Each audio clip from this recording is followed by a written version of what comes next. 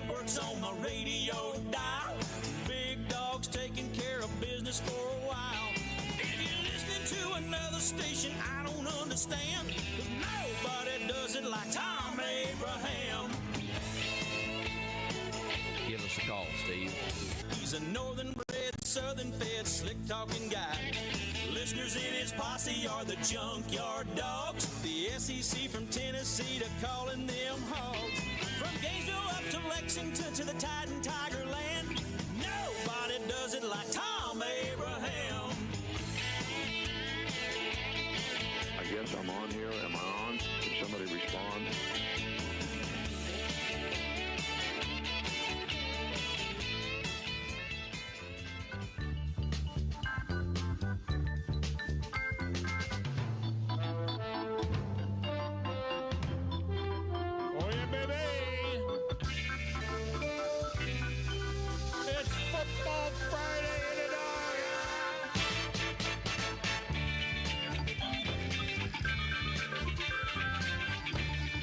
Very first Football Friday of 2025. And remember,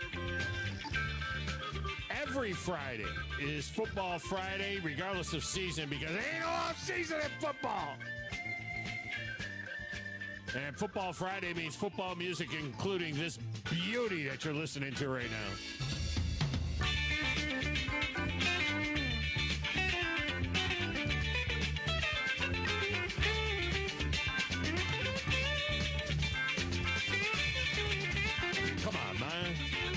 That's an air guitar special right there.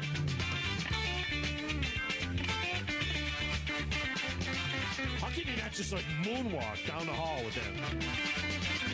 People are pulling over in their cars right now. One hand on the steering wheel, one hand playing the keyboard on the dash, you know what I mean?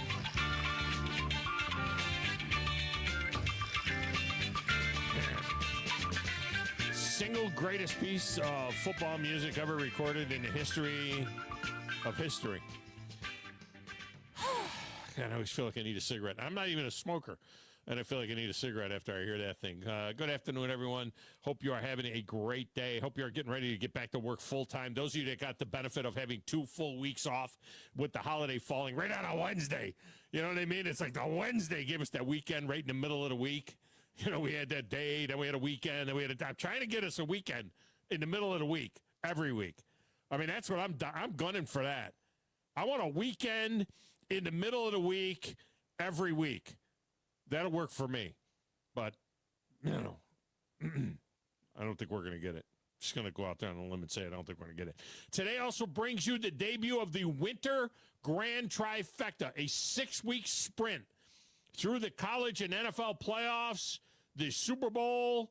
You are playing for weekly prizes. You are also playing for a grand prize of a night in the TOC 6-person ice suite at the upcoming Huntsville Havoc game on March 1st, thanks to our good friend Tom Perkins. So we appreciate Tom making that available for us and all the folks at TOC. So that's what you're playing for.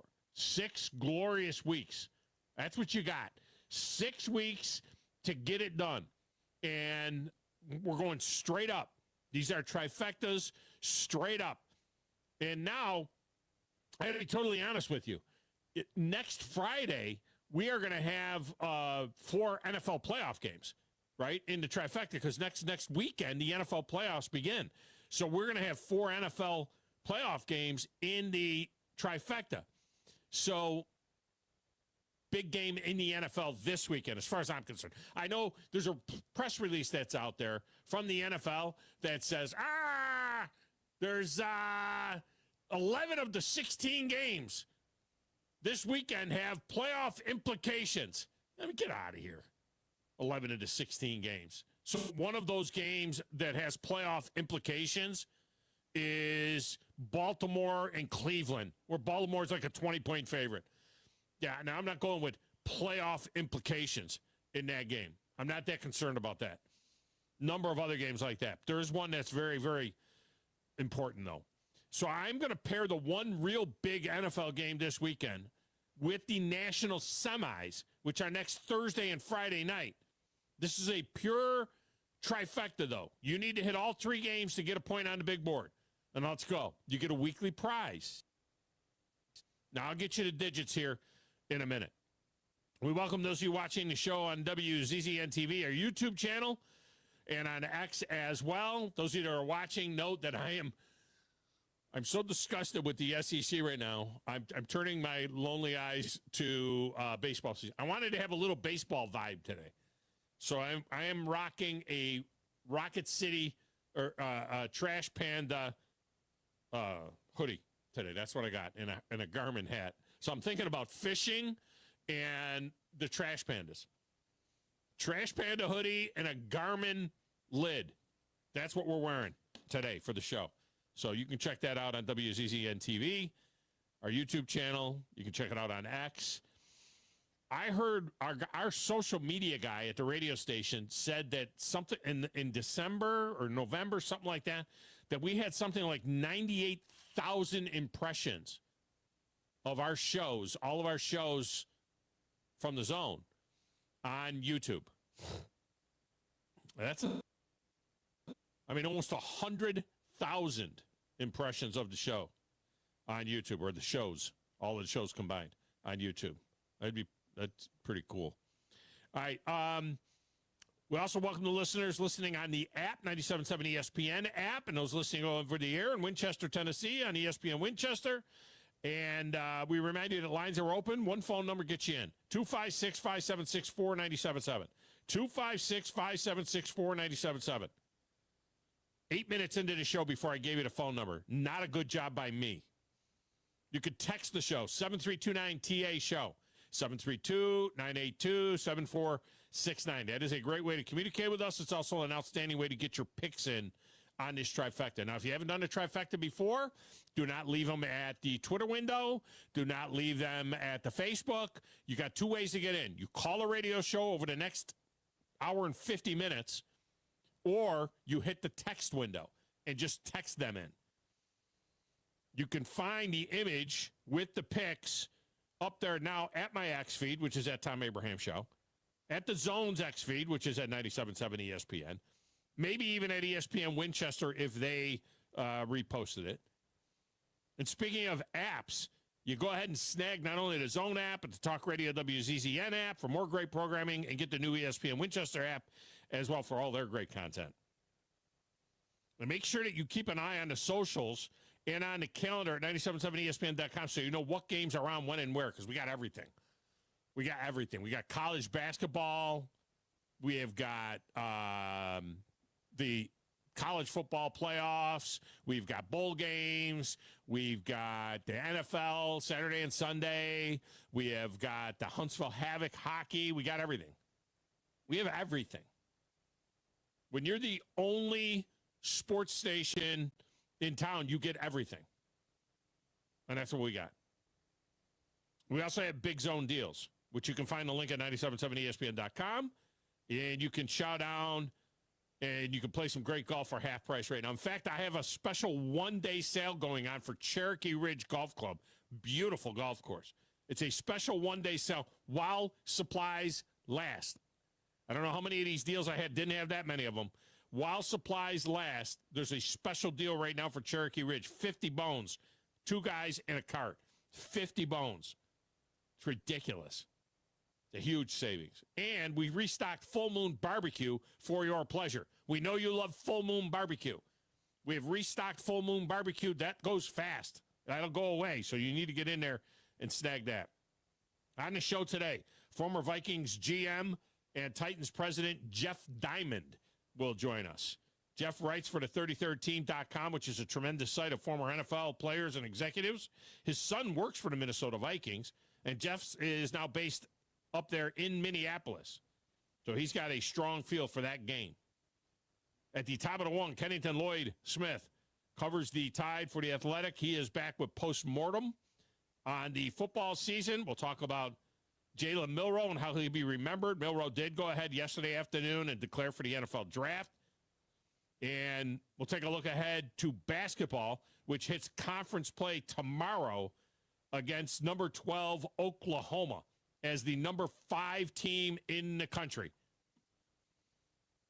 We've always said, I don't know how the SEC is as a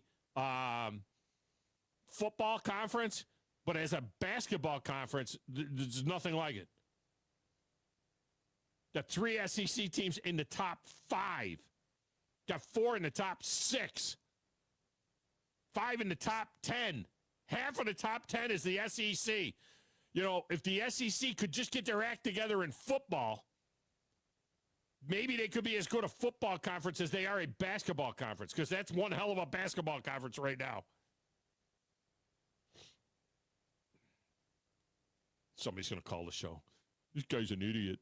He thinks they're a better basketball conference. He thinks the SEC is a bad football conference. Let me get these picks in here. We begin Sunday night with the Vikings. It's butt cold out here. Getting 2.5 at the Lions. We're going to kick you in the teeth. We're going to bite a kneecap off. That game is for the division, and it's for the number 1 seed in the NFC, which means it's for the bye. Then, next Thursday night at the Orange Bowl, Penn State. I'm standing here on the Thom Abraham patio. Now, wait a minute. Is Penn State getting the 1.5 or giving the 1.5? Penn State is getting the 1.5 against Notre Dame.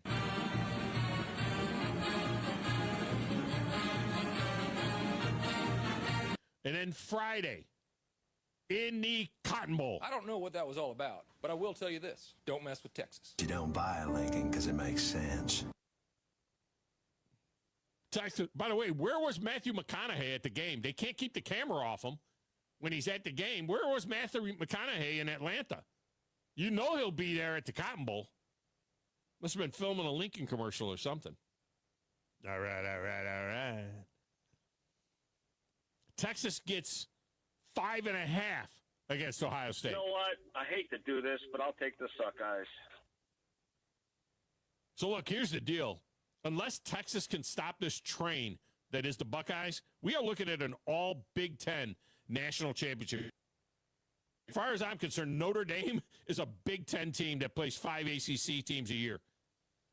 SEC fan, can you really fully embrace Texas as a flag bearer for the league this year? I mean, really, Big 12 fan is acting like they're still in the Big 12. That's how they're acting. You would think that they were still in the Big 12.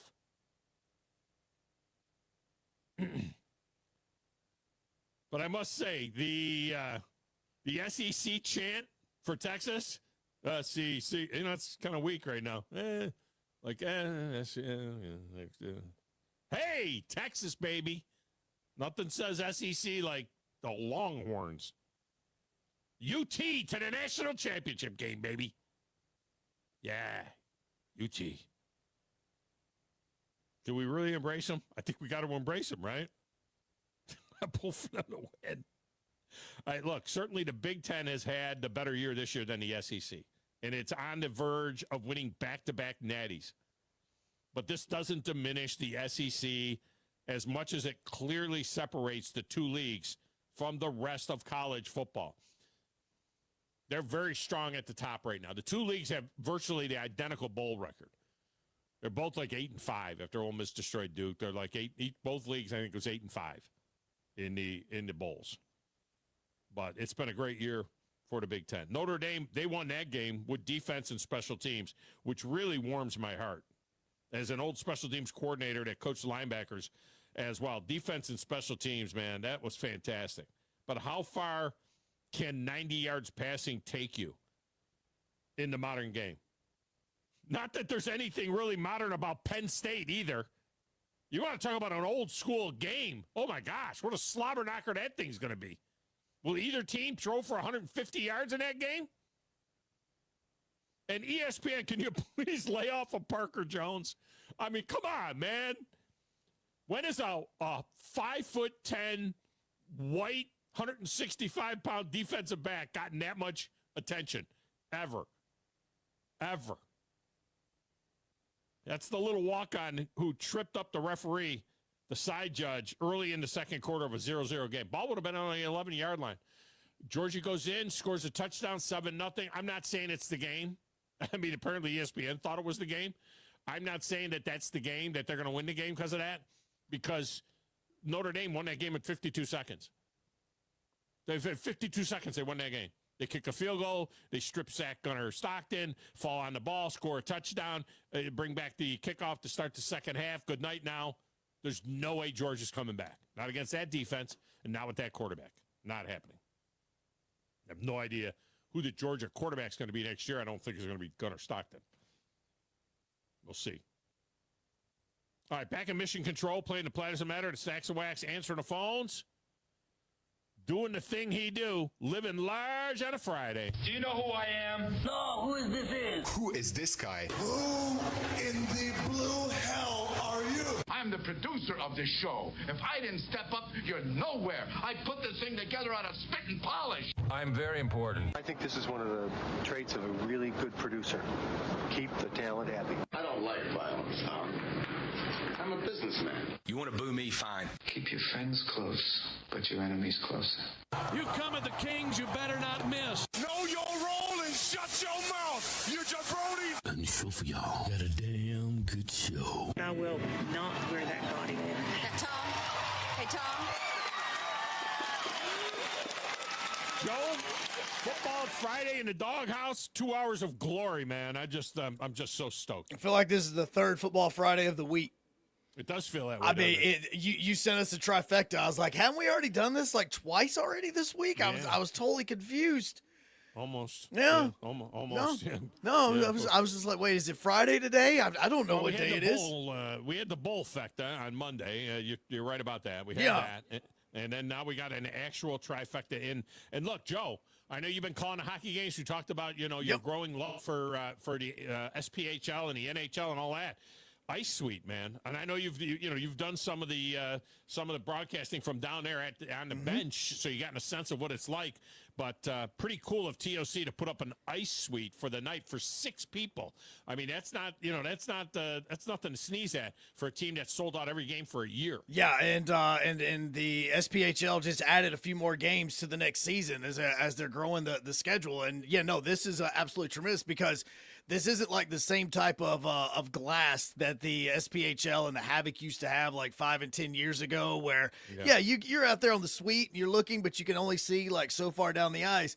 With the glass that they now have at the VBC and they've had for a few years, you're going to be able to see everything. And trust me, you get to hear everything, especially if you were near the box. There were times that I've had to turn the mic off when I've been down on the ice because there were some of the things that I couldn't let go over the air. So no, the suites are awesome. You don't have to go anywhere. Food, you order your food right there. You get your waiters to bring it to you. You get complimentary food right when you get there. It's awesome. It's amazing.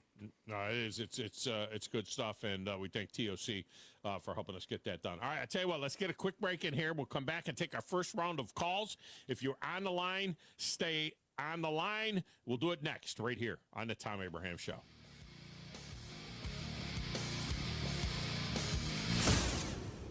Owen Home Appliance Center features the biggest names in home appliances like Viking, Whirlpool, Maytag, KitchenAid, GE, and Frigidaire. But they also have great brands that you may not know, like Mela, Forno, Z-Line, Invisicook, and Beko. But no matter what, they all get delivered the day you buy, and they service everything they sell. And at the Lacey Springs showroom, just 8 miles south of the river on 231, you'll find a totally interactive showroom where you can hear the dishwashers wash, and the freezer's free, and see the cookies get baked in the double ovens. Owen Home Appliance Center will even wash and dry a load of clothes for you so that you can see how great the products are. And they have ice machines making all kinds of ice, cubed, nugget, and top hat. How is that for variety? Owen Home Appliance Center believes in community involvement as well, sponsoring youth teams, race cars, and an annual Easter egg hunt. Quality products, quality pricing, quality service is the name of the game for Owen Home Appliance Center. Find them in Somerville and Lacey Springs and online at owenappliance.com. Not looking or feeling your best? No energy for the things you like to do? Ready to look and feel younger? Make your appointment at Advanced Life Clinic, one of the region's foremost destinations for patients interested in looking and feeling their best. Specializing in advanced laser treatments and weight loss, male and female rejuvenation to offset the effects of aging, and more. See how Advanced Life Clinic can help you enjoy your life again. Call 256-882-6555 or log on advancedlifeclinic.com.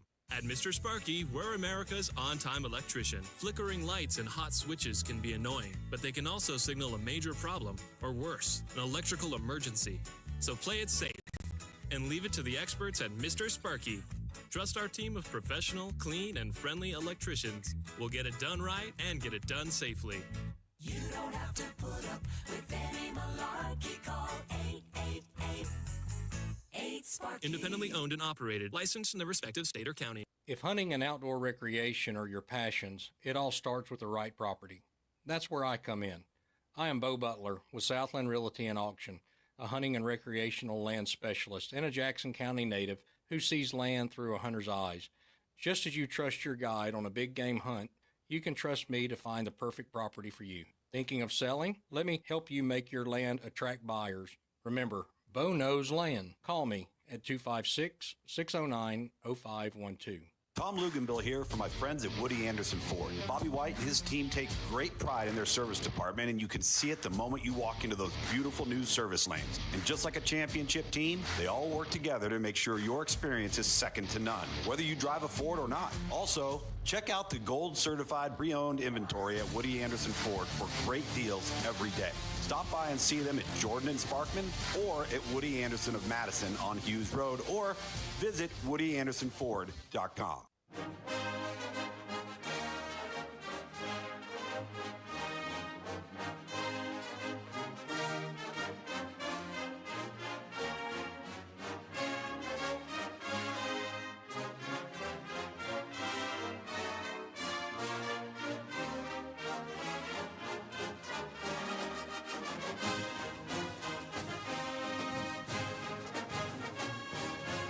So, Joe, I'm not recognizing it. I mean, at least I can't name it. Who is that?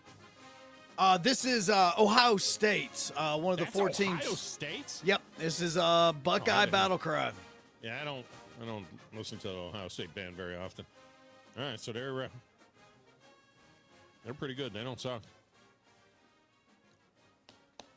All right, so at 9:28 this morning, Joe, which occurs to me that's in your show, okay, in the morning blitz with Joe and John, right? At 9:28 this morning, I got a text at the text window from the Bama girl. She said, "Please tell me that Wolverine Dan is a nice person, really, because I am so sick of him right now, I could scream." Yeah, so I'm thinking that I'm thinking. So I responded to her, by the way, and I said he is a nice guy, and he is a very generous guy. It's not like he's going to split the atom anytime soon, but he loves to poke the bear and tweak SEC Bama fans because he's got conference envy.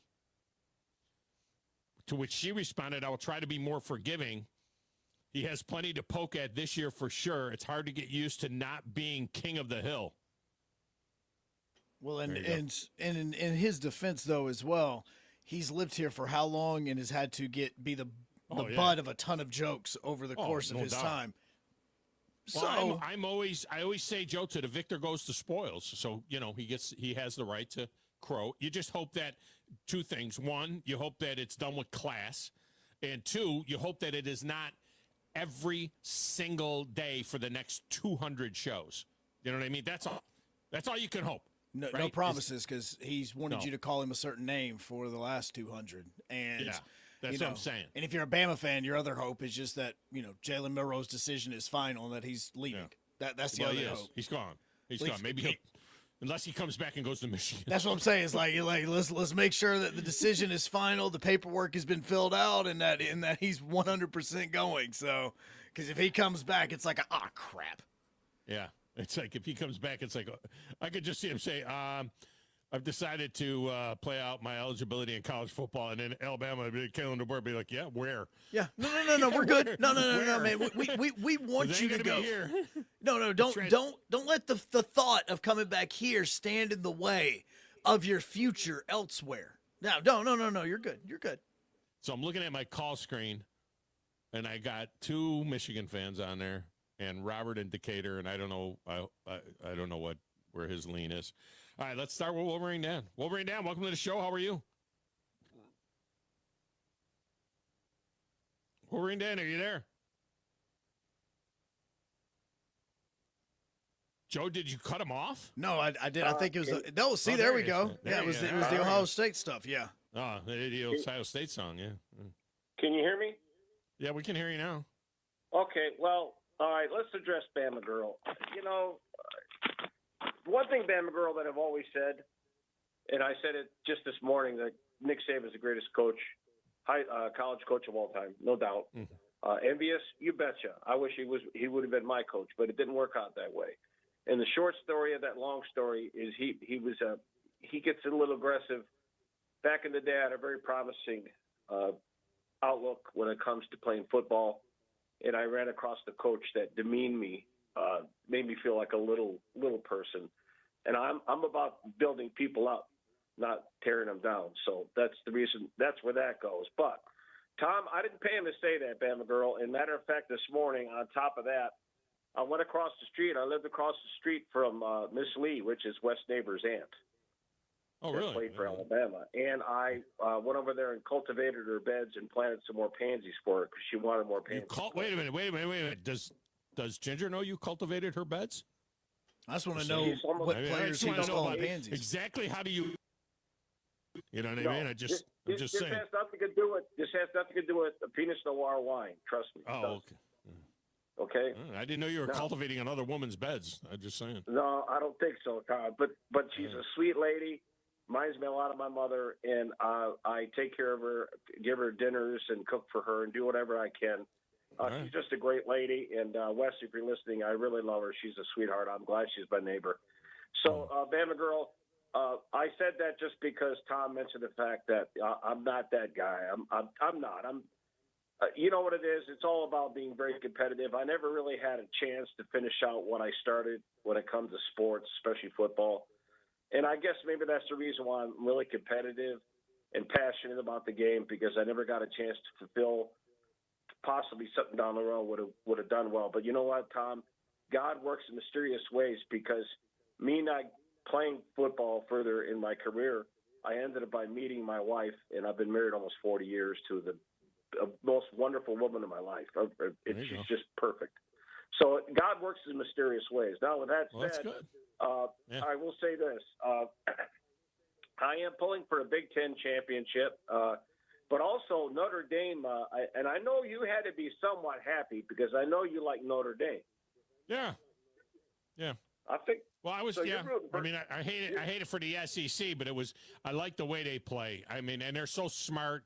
And and I just thought that everybody's talking about Parker Jones. I thought that play where they ran the punt team off and ran the offense on, and then there was no way that Notre Dame was going to snap the ball on 4th down and 1.5 from their own 18-yard line. Zero chance that they were snapping the ball, and yet they still got Georgia to jump off sides.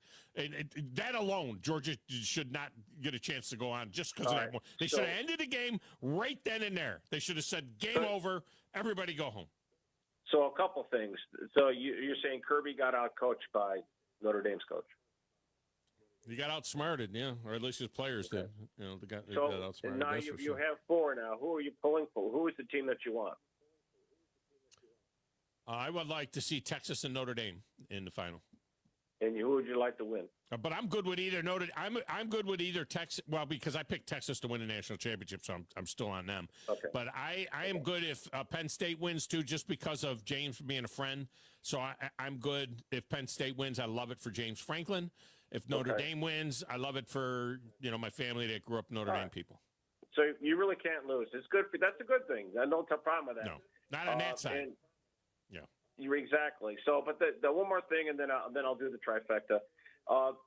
the way Michigan shut down Ohio State, that holds quite well for us next year, based on also we're getting a bunch of good recruits. We've got a Bama running back, was Abrams, who's pretty good, and having our quarterback, generational quarterback, coming in, and that defense, and that defensive coach we got, it's going to only get better because that coach is really good. So I think if Ohio State keeps playing like they have and start blowing people out, that shows you how great that victory was. The last two games for Michigan are really, really good for the program. Yeah, if Wink Martindale stays, we'll see. The running back Justice Haynes that you got from Alabama is probably going to be a star in the Big Ten. So we'll see how that works out. There you go. And Okay, I don't know though that you'll be starting a freshman quarterback. Yeah. All right, give me your picks here so I can get a couple guys. I got to get to our thing. Yeah, go ahead. Go ahead. Let's do the picks. All right, so the Vikings get 2.5 in Detroit. You got to be kidding me. I'll take Detroit. We're going to kick you in the teeth. We're going to bite a kneecap off. All right, the Penn State gets 1.5 against Notre Dame. I'll take Penn State. And Texas gets 5.5 against Ohio State. Well, I'll take Ohio State. I'll lay the 5.5. You know what? I hate to do this, but I'll take the Suckeyes. I thought we were going to get a live Suckeyes there, but all right, man. No. Enjoy the weekend, and we'll look forward to chatting next week. Tell Bama girl it's all good. It's all good. See you. All right, let me get Robert in here in Decatur. Robert, welcome to the show. How are you? Oh, man, I wanted more time. He took up all my time, man. So what do you got? All my time. I'm not rushing you. I've got the 3 picks. I wanted to talk about the SEC and what was going on. Can you hold me over, my brother? We can hold you over. I got an interview coming up, but if you want to stay put, I'd love to have you hang in there. Well, when we get done with Jeff Diamond, we'll come back to you. All right? Okay. Want to get the trifecta in? All right? I do, man. All right, so you got the Vikings. Vikings get 2.5 at the Lions. I want the Vikings. It's butt cold out here. Penn State 1.5 at against Notre Dame Orange Bowl. Notre Dame.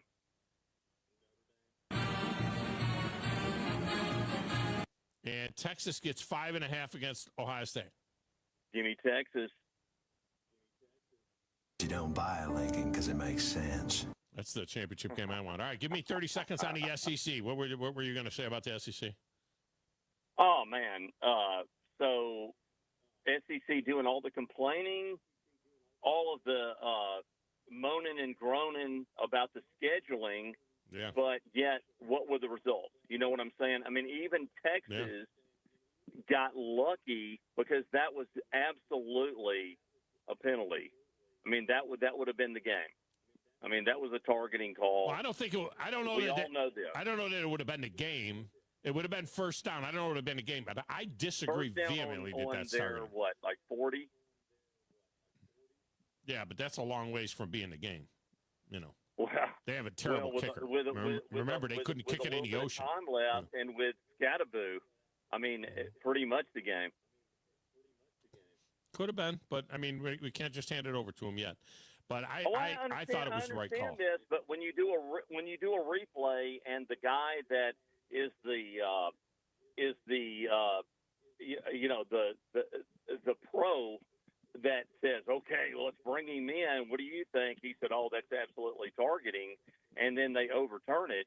I think if the teams were turned around, it would have been called. Let's put it that way. Yeah. See, I'm not going grassy knoll on that. And he didn't say, oh, that's absolutely targeting. What he said was, it is contact to the head or neck area of a defenseless receiver. So I think that they or defensive player. So I think that they could call targeting.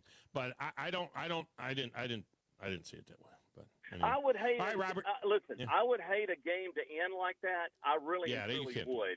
But it is what it is, and in reverse, I know they would have called it. It is what it is. Yeah.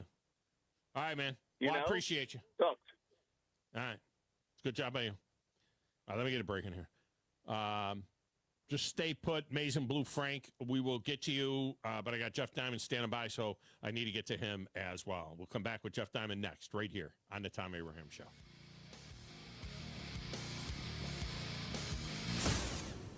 You're listening to the Thom Abraham Show with Joe Hunk on 97.7 ESPN The Zone. This is Brent Musburger's VSiN Action Update on 97.7 ESPN The Zone. Brought to you by G-Bank. Earn cashback rewards on every eligible gaming transaction. VSiN.com/GBank. Subject to credit approval. Terms and conditions apply. NFL Week 15 will start on Thursday night when the San Francisco 49ers take on the LA Rams at Levi's Stadium. The Niners are 6-7, and they will continue the rest of the season without running back Christian McCaffrey, while the Rams have won 6 of their last 8, got healthy, and now it's 7-6. One game back of Seattle for the division lead. San Francisco has dropped 3 of 4. The 49ers are a 3-point home favorite, -105 against the spread. The Rams getting the 3 points are -115. On the money line, Los Angeles is at +130. San Francisco -150 with the over-under sitting at 49.5. For VSiN.com, I'm Tony Desiri, 97.7 ESPN The Zone. If you enjoy 97.7 ESPN The Zone for all the best in sports talk, you'll love Talk Radio WZZN on 97.7 HD2. Don't have an HD radio? No worries. Download the app by searching for Talk Radio WZZN on your phone or visit the website at Talk Radio WZZN. Talk Radio WZZN features the best in talk from Fox News Radio during the day, plus Bill O'Reilly and his No Spin News at 6. Your home of the Rocket City Trash Pandas is Talk Radio WZZN. Are you tired of power outages disrupting your life? It's time for a Generac standby generator from Current Electrical. Storms may rage outside, but inside your family's powered up. So why choose Current Electrical for your generator needs? 1, we offer a wide range of models to suit every budgeted energy requirement. 2, our project managers handle every step of the process: power, gas, permitting, and inspections. 3, our certified technicians install your generator with precision, ensuring peace of mind. Don't wait for the next blackout. Call 256-880-1880 or visit us online at GenSuperstore.com. From the Fox 54 Weather Center, I'm Chief Meteorologist Jordan Dressman. A partly sunny sky this afternoon. Temperatures climbing just into the mid and upper 40s. We're going to see the sky clear as we head into the overnight early Saturday morning. That's going to allow temperatures to drop into the mid and upper 20s. A mostly sunny sky Saturday afternoon really is going to look nice. Plenty of sunshine. A beautiful Saturday, but we are going to be cold. The sunshine doesn't necessarily mean we warm up. Highs only climb into the mid 40s, dropping into the mid 30s as we head into the overnight early Sunday morning. Rain's going to begin to build into the Tennessee Valley Sunday morning. I'm Chief Meteorologist Jordan Dressman on your home for ESPN Radio, 97.7 ESPN The Zone. The Drive with Wes Neighbors and Steve Moulton. Listen weekday afternoons starting at 5 on 97.7 ESPN The Zone. It's perfect!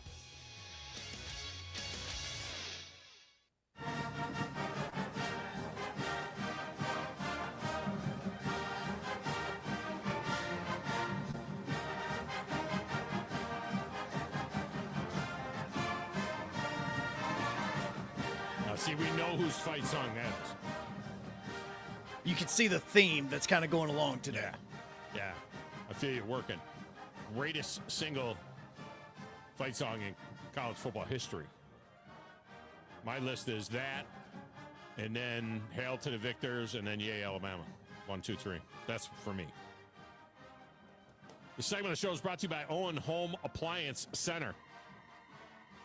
And yes, you can still get that kitchen deal down there at Owen Home Appliance Center, where you can get yourself the full Frigidaire kitchen. When you buy the fridge, the range, and the microwave, you get the dishwasher free. And check this out. They got a new deal coming up here for you, a washer and dryer set, just for our listeners here. A washer and dryer set, $899. $899 bucks. Washer and dryer set. Owen Home Appliance Center. All right, you will find them in Lacey Springs, Highway 231, 8 miles south of the Tennessee River. And it's not too far for those of you listening in Tennessee as well. All right, speaking of Tennessee, the former president of the Tennessee Titans, former GM of the Minnesota Vikings, he writes now for the 33rd Team, which is an outstanding website, amongst everything else that he's doing, along with the work that he does. Is a very busy time for him because he works with an agency group, so he's working with these young guys as well. He is my good friend Jeff Diamond. Jeff, welcome in. How are you? Hey, good, Tom. Happy New Year. Happy New Year to you and your family as well. What's taking up most of your time right now? Writing about the NFL playoffs or developing, getting ready, signing up players and so on that are going to be getting ready to go into the NFL draft? Vikings Lions on Sunday night. Yeah, I would think, man. Yeah, I'm doing a couple of ESPN shows here each week on the Vikings and the NFL, and also, of course, my agent firm. It's a busy time getting players signed after bowl games, but it's and just my college speaking and lots of different things, but definitely love the work I do covering the league and covering the Vikings, and just wrote a piece for 33rd Team on the players about to hit pay dirt in free agency. Yeah. And my lead guy on the list was none other than Sam Darnold. Yeah, it better be. I mean, goodness gracious. I mean, this is a guy that has been a disappointment since he came into the league. There was a lot of consternation about, whether or not he or Baker Mayfield should be the number one pick overall that year. I remember the Browns ended up taking Baker Mayfield. Darnold goes to the Jets, and neither one of them really panning out for a while there. Baker having some success, Darnold really struggling. And then he does this, and look, we knew he had a great skill set, but my God, Kevin O'Connell, the coach. I mean, this guy here, everything he touches, he took Kirk Cousins to a different level, and now he takes this kid and turns him into, he's the future for Sam Darnold is outstanding. The question is, where will the future be? Yeah, definitely, and you can add Matthew Stafford to O'Connell's resume too, when he was the offensive coordinator at the Rams, working along with Sean McVay, of course. But yeah, I think Sam Darnold to me is the best story of the season, a story of perseverance of a player. As you said, a bust at the Jets early in his career, but he didn't have the supporting cast. He didn't have the coaching support, the player support. And so he goes to Carolina. It's kind of the same thing. And then he goes to San Francisco for 1 year backing up Brock Purdy, but he's spending time with Kyle Shanahan, kind of seeing how a winning operation is run, and the Vikings sign him for $10 million for 1 year, and everybody assumes, well, they draft J.J. McCarthy out of Michigan, the national champion quarterback, and Darnold's going to be the bridge quarterback for about 4 weeks, and McCarthy will take over. Well, not so fast on that, because McCarthy hurts his knee in preseason, has surgery, he's out for the year. It's Darnold's team. Everybody up here in the Twin Cities where I am is thinking, oh, the season's over. And what happens? The Vikings run off 5 straight wins to start the year. They're sitting at 14-12. Darnold is having a career year. He's 4th in passer rating.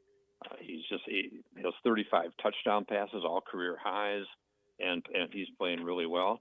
But as you said, it shows what kind of supporting cast a player has is so critical in terms of his coach, and O'Connell's a great coach.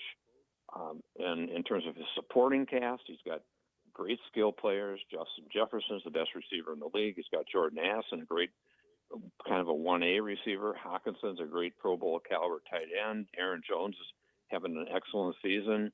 And the offensive line has been good enough. And here they are in this huge game against the Lions on Sunday night. And he's going against Jared Goff, and Darnold just makes his first Pro Bowl, and he's going against the guy who's going to be the Pro Bowl starter for the NFC, even though they don't have a Pro Bowl game anymore per se, but it's still an honor, and it still helps at contract time. I can tell you that for sure. And Sam Darnold is going to cash in. The Vikings are going to have to make a decision, and I think they're going to probably end up franchising him at about $40 million, and then have McCarthy kind of maybe wait another year, maybe another 2 years if he has to. Would Darnold sign? You think Darnold would take the $40 million, or do you think that he would be like, oh, wait a minute, I need to I need to think about doing a long-term deal right now? Because if he does the $40 million and then it goes a little bit sideways for him, then all of a sudden, he doesn't get that $150, $200 million deal. Yeah, sure, but I think if he's franchised, he really doesn't have any choice. Either he plays under the franchise tag for 1 year if they don't get a long-term deal done, or he sits out. He's not going to sit out, and he loves his team. He loves his teammates. Loves playing for O'Connell, and I think he's a guy who is smart enough to know that hey, $40 million a year. If I even sign for a couple, maybe 3-year deal at $40 million a year, it's still. And then the Vikings in 2 years do a Jordan Love kind of pivot as the Packers did. Jordan Love sat for 3 years, as we all know, behind Aaron Rodgers, and that worked out pretty well for Green Bay. And so I could certainly see the Vikings doing a similar type of thing, or having him play under the franchise tag for 1 year. The problem with that is then you've got $40 million of your cap tied up in one player, and they've got a lot of really good defensive players who are going to be free agents. Byron Murphy, their corner, just named to the Pro Bowl. Cam Bynum, a really good safety. Pat Jones, a good pass rusher. They got a bunch of guys. Aaron Jones, they want to re-sign. So I think they're going to try to get a longer team deal done, but they're not. I don't think they're going to let him get out the door unless the whole thing implodes in the last few weeks here. If he plays lousy on Sunday night, if they lose the first-round playoff game and he throws 3 picks, well, then you might think about something else. But I don't think that's going to happen because he is just brimming with confidence, playing well, and he's got that great supporting cast, and he's going against a Lions team that is really depleted injury-wise on defense. Yeah, and there's so many similarities in a lot of ways between him and Jared Goff. Although Goff was, people talk about Goff like he was a scrap heap kind of guy. He did take, the Rams to the Super Bowl. I thought that Goff, was on a decent trajectory. It went to the next level. He went to the to the Lions. It was like a throw-in. It's like, yeah, go ahead, take Jared Goff off our hands because we're going to take Stafford. We'll give you a guy to kind of run your team for a couple of years until you get your quarterback situation straightened out. And you got to say, Jared Goff, under Brian Johnson and of course the leadership of Dan Campbell, who I absolutely love, and his career absolutely took off as well, and it goes to maybe these guys need a little bit, like in the old days, maybe they need a little bit of seasoning before we throw them away. Well, I think that's definitely true, and there are the rare occasions. There are the Jaden Daniels out there. Even C.J. Stroud has kind of taken a step back this year. But there are certainly rare occasions where a rookie quarterback or early in their career can immediately become a huge success. And Mahomes, he sat for a year behind Alex Smith, and he's been great ever since. We know that. But there's no saying that a guy doesn't have to kind of have that tough trajectory. And Sam Darnold's only 27 years old. Jared Goff's only maybe 29 or 30 years old. These guys have still a long way to go. And as you said, Goff, he was a throw-in in that trade for Stafford, and the Rams sent a bunch of high draft picks to Detroit as part of the deal. And what ends up happening, Goff is certainly the equal or maybe even better than Stafford right now, and he's 6 or 7 years younger. So you just don't know how it's going to turn out. But again, he's got a great supporting cast. He's got the best offensive line, perhaps, in the league in Detroit. He's got Jahmyr Gibbs, a fantastic running back. They're missing Montgomery, but maybe get him back for the playoffs. St. Brown, Jameson Williams. He's got a great supporting cast. He's got Ben Johnson, a great coordinator who's going to be a head coach, and Dan Campbell, as you said. So Jared Goff, like Darnold, ends up in a great situation. It just kind of creates this really intriguing fairy tale kind of matchup for Sunday night. Yeah, no doubt about it. And the rotten shame of the deal is that whoever loses that game is going to take a 14-3 record on the road in the playoffs. And we've debated this issue for years. I don't know that you can do anything about it. It is what it is. But it kind of sucks, because they're going to be playing at a team, probably Tampa Bay, that's going to be like a 10-7 type team, and you're 14-3, and that's what your reward is. Yeah, I think it's going to be a travesty, honestly, that a 14-win team is going to be on the road in the playoffs as a fifth seed, and as you said, have to go into Tampa Bay where they've been hot, or I think it's more likely they may have to go to L.A. against the Rams, because the Rams are sitting Stafford this week and most of their starters, or several starters. So Tampa Bay may surpass the Rams for that number 3 spot, and all of a sudden the Vikings or Lions have to go to L.A. and face Stafford and the Rams well rested, and that's going to be very tough. The Rams are a team that's capable of going back to the Super Bowl. So it really is unfair. I think they should take a look at that. When a team has a better record, they should get the home field advantage. The interesting thing, Tom, is that that whoever that is, the Vikings or Lions, that end up with that 5th seed, that top wild card, and have the most wins of any wild card team. The last team to hold that record was none other than our Titans in 1999 with 13 wins as a wild card team. But the difference was, in those days, there were 3 division champions and 3 wild cards. So at least we opened the playoffs at home against Buffalo in the famous Music City Miracle game. So we had one home game before we went and won on the road at Indianapolis, at Jacksonville, and then went to the Super Bowl and lost on the last play. So at least we did have one home game. But this team may have no home games, or who knows, they may end up hosting the conference championship, because I think the playoffs this year, I don't know if there's any great teams. There are a lot of really good teams, but as far as an overwhelming team, hey, the Packers may end up being the 7th seed, and they're capable of going to the Super Bowl. We could do a whole another segment on the Titans, and we'll have to save that for the off season. But Jeff Diamond has been our guest. Check him out at the 33rdteam.com, which is a wonderful website. Jeff, I appreciate you so much, and let's chat again here before we get to the Super Bowl. Sounds great, Tom. Take care. All the best to you and your family. All right, thank you. You too. Jeff Diamond. Very, very good friend. All right, we're going to break. When we come back, we'll finish up hour number 1 and get you queued up for hour number 2 right here on the Thom Abraham Show.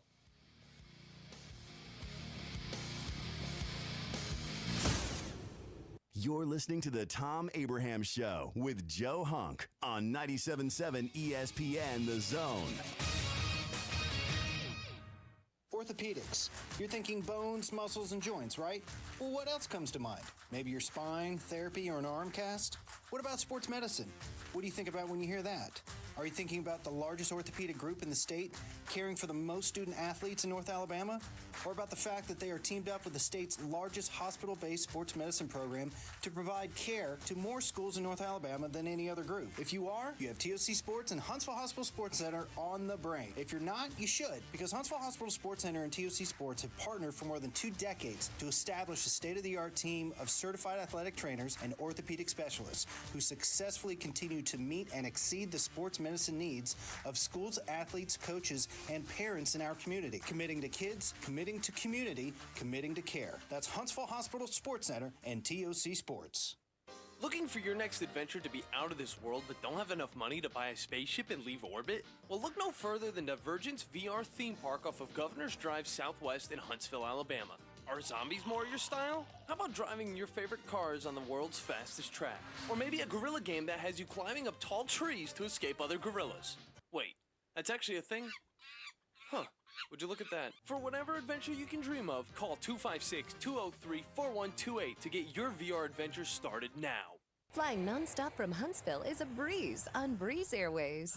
They're nice people flying nice people to nice places on really nice planes. Let's be direct. Nonstop from Huntsville to the places you want to go. Las Vegas, Orlando, or Tampa starting at $49. It's time for a weekend getaway or a long overdue week away. Time to check in using the convenient Breeze app and check out. What are you waiting for? Book today at flybreeze.com. That's flybreeze.com. Breeze Airways. Seriously nice. Specializing in simple and affordable rentals, McCurry Van and Car Rental can make sure you have just the right vehicle for your next family vacation, weekend getaway, or if you just need transportation while your vehicle is being repaired. McCurry carries Ford Transit vans and Mercedes Sprinter vans, trucks and work vans, and more. And they offer discounted rental rates for long-term rentals. Now with 4 locations: Athens, Muscle Shoals, Coleman, and Huntsville. Log on McCurryRentals.com to make your reservation now. That's McCurryRentals.com. When you call most roofing companies, all you'll hear is, you need a new roof. Not when you call Fleming. At Fleming Roofing and Restoration, we're focused on your needs, whether it's an easy repair or a full roof replacement. Folks around here have trusted Fleming since 1965 for all their residential and commercial roofing needs. And as the area's storm damage experts, Fleming knows all the ins and outs of the insurance claims process. Log on FlemingHSV.com to schedule your free estimate today. Fleming Roofing and Restoration. We show up. From the Fox 54 Weather Center, I'm Chief Meteorologist Jordan Dressman. A partly sunny sky this afternoon. Temperatures climbing just into the mid and upper 40s. We're going to see the sky clear as we head into the overnight early Saturday morning. That's going to allow temperatures to drop into the mid and upper 20s. A mostly sunny sky Saturday afternoon really is going to look nice. Plenty of sunshine. A beautiful Saturday, but we are going to be cold.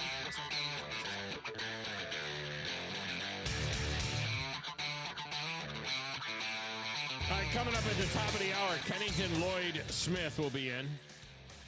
We'll do a postmortem on Alabama with him. We'll also take a look at basketball. They get started tomorrow against Oklahoma, number 12 team in the country there. Alabama and Oklahoma, number 5 and number 12, respectively. Sounds like a football matchup.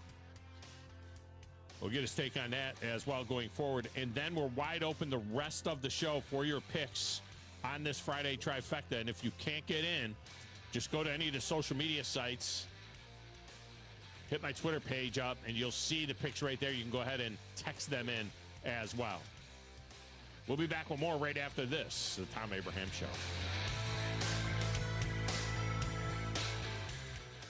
Hi, this is Wes Neighbors. I'm here with Sam Fleming with Fleming Roofing and Restoration. Sam, tell the folks about Fleming Roofing and Restoration. Hey Wes, our company Fleming Roofing and Restoration specializes in commercial and residential roofing and repairs.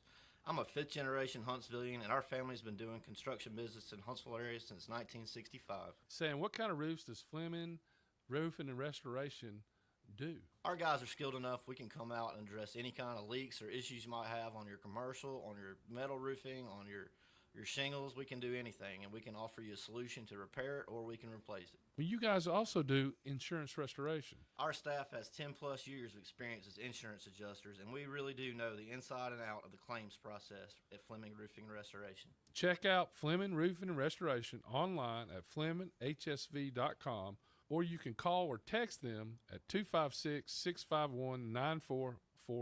Hey Wes, we show up. The state's largest orthopedic group is growing to meet the needs of the patients in our community. The Orthopedic Center has long been the most trusted name in orthopedics in North Alabama. So as our area continues on the fast track, so does the need for premier orthopedic care anywhere and anytime you need it. TOC is proud to announce the opening of our new locations in Albertville and Hampton Cove, along with the grand opening of our newest office in Decatur. These clinics will offer the same high-quality orthopedic care you have come to associate with TOC, with the convenience of being closer to home. As a patient, your time is your most precious asset, and we recognize that at TOC. That's why we are also proud to announce the opening of our urgent ortho clinics to handle those bumps and bruises that need prompt attention. These clinics are available to care for acute orthopedic injuries with no appointment necessary. With 38 physicians, 20 centers of excellence, and now more than a dozen locations to serve you, TOC will continue to be the name you turn to for the best orthopedic care at the right time. Visit our website at visittoc.com for more information.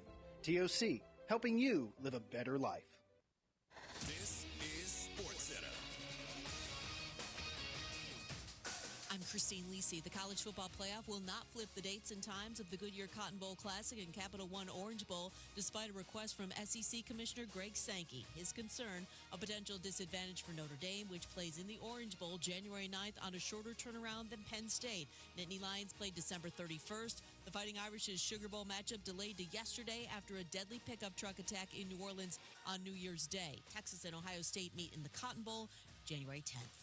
NBA small forward Jimmy Butler's indicated to the Heat he wants to be traded. Sources tell ESPN's Shams Charania and Brian Windhorst he doesn't plan to give the Heat a list of favorite destinations. Butler, open to playing anywhere other than Miami, feels he can make any team a contender. NFL former Titans coach Mike Vrabel interviewing for the Jets head coaching vacancy today.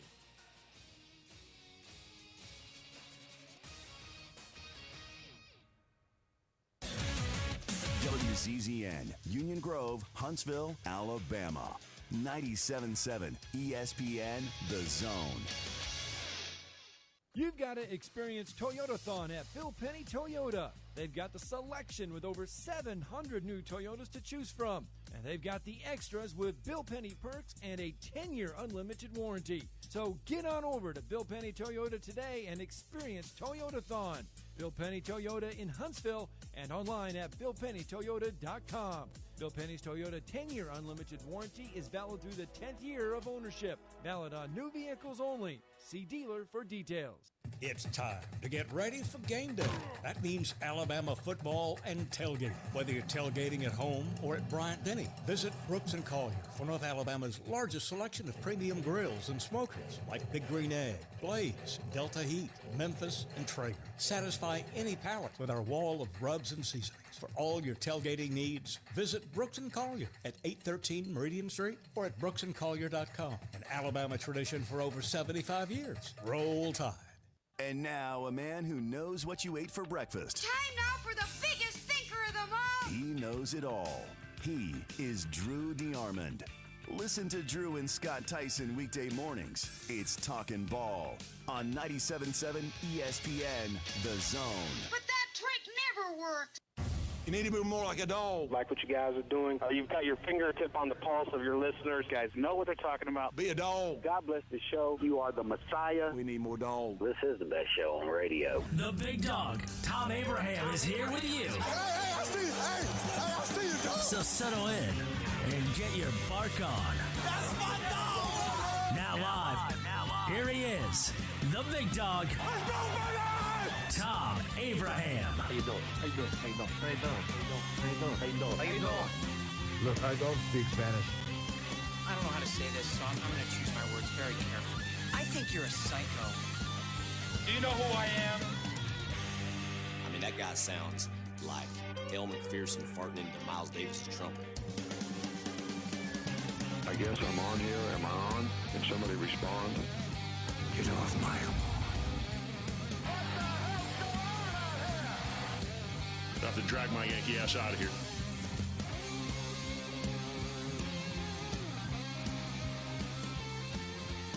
And welcome back. Hour number 2 of the Thom Abraham Show, brought to you by the Orthopedic Center, where thousands of area residents have received world-class care from the Valley's most trusted and experienced group of orthopedic surgeons and medical specialists. TOC also putting up their ice suite for your Friday trifecta, your winter grand trifecta, 6-week run from now through the Super Bowl. And we'll get back to your picks in a little bit there. Whoever hits the most trifectas between now and then will win a 6-person ice suite at a Huntsville Havoc game. Of course, every game for the last year has been sold out by the Huntsville Havoc, so this is a very, very difficult ticket to get. So we'll continue with that in a little bit. But right now, a chance to visit with our good friend Kennington Lloyd Smith. He covers the Tide for the Athletic. We'll do a little postmortem on the football season. Look ahead to basketball, which begins conference play tomorrow with number 12 Oklahoma. And Kenny joins us now on the Neighbors Wealth Management Hotline. Kenny, welcome back. How are you, man? Good. How are you? I'm fantastic. Did you get a chance for a little R&R during this whole holiday season between the bowl game and basketball and everything else? Did you get any time at all off? Yeah, I actually did get quite a bit of time off. I didn't even go to the bowl game, actually. It was left up to me to decide whether I wanted to go or not. And I didn't think it was going to be worth the trip. If there was maybe Ty Simpson starting, maybe there might have been enough intrigue for me to go. But I assumed that because Bama's entire team was playing and Michigan's wasn't, that Bama was going to stomp on them and finish the year on a strong note, and it wouldn't be that compelling. Obviously, it went the other way.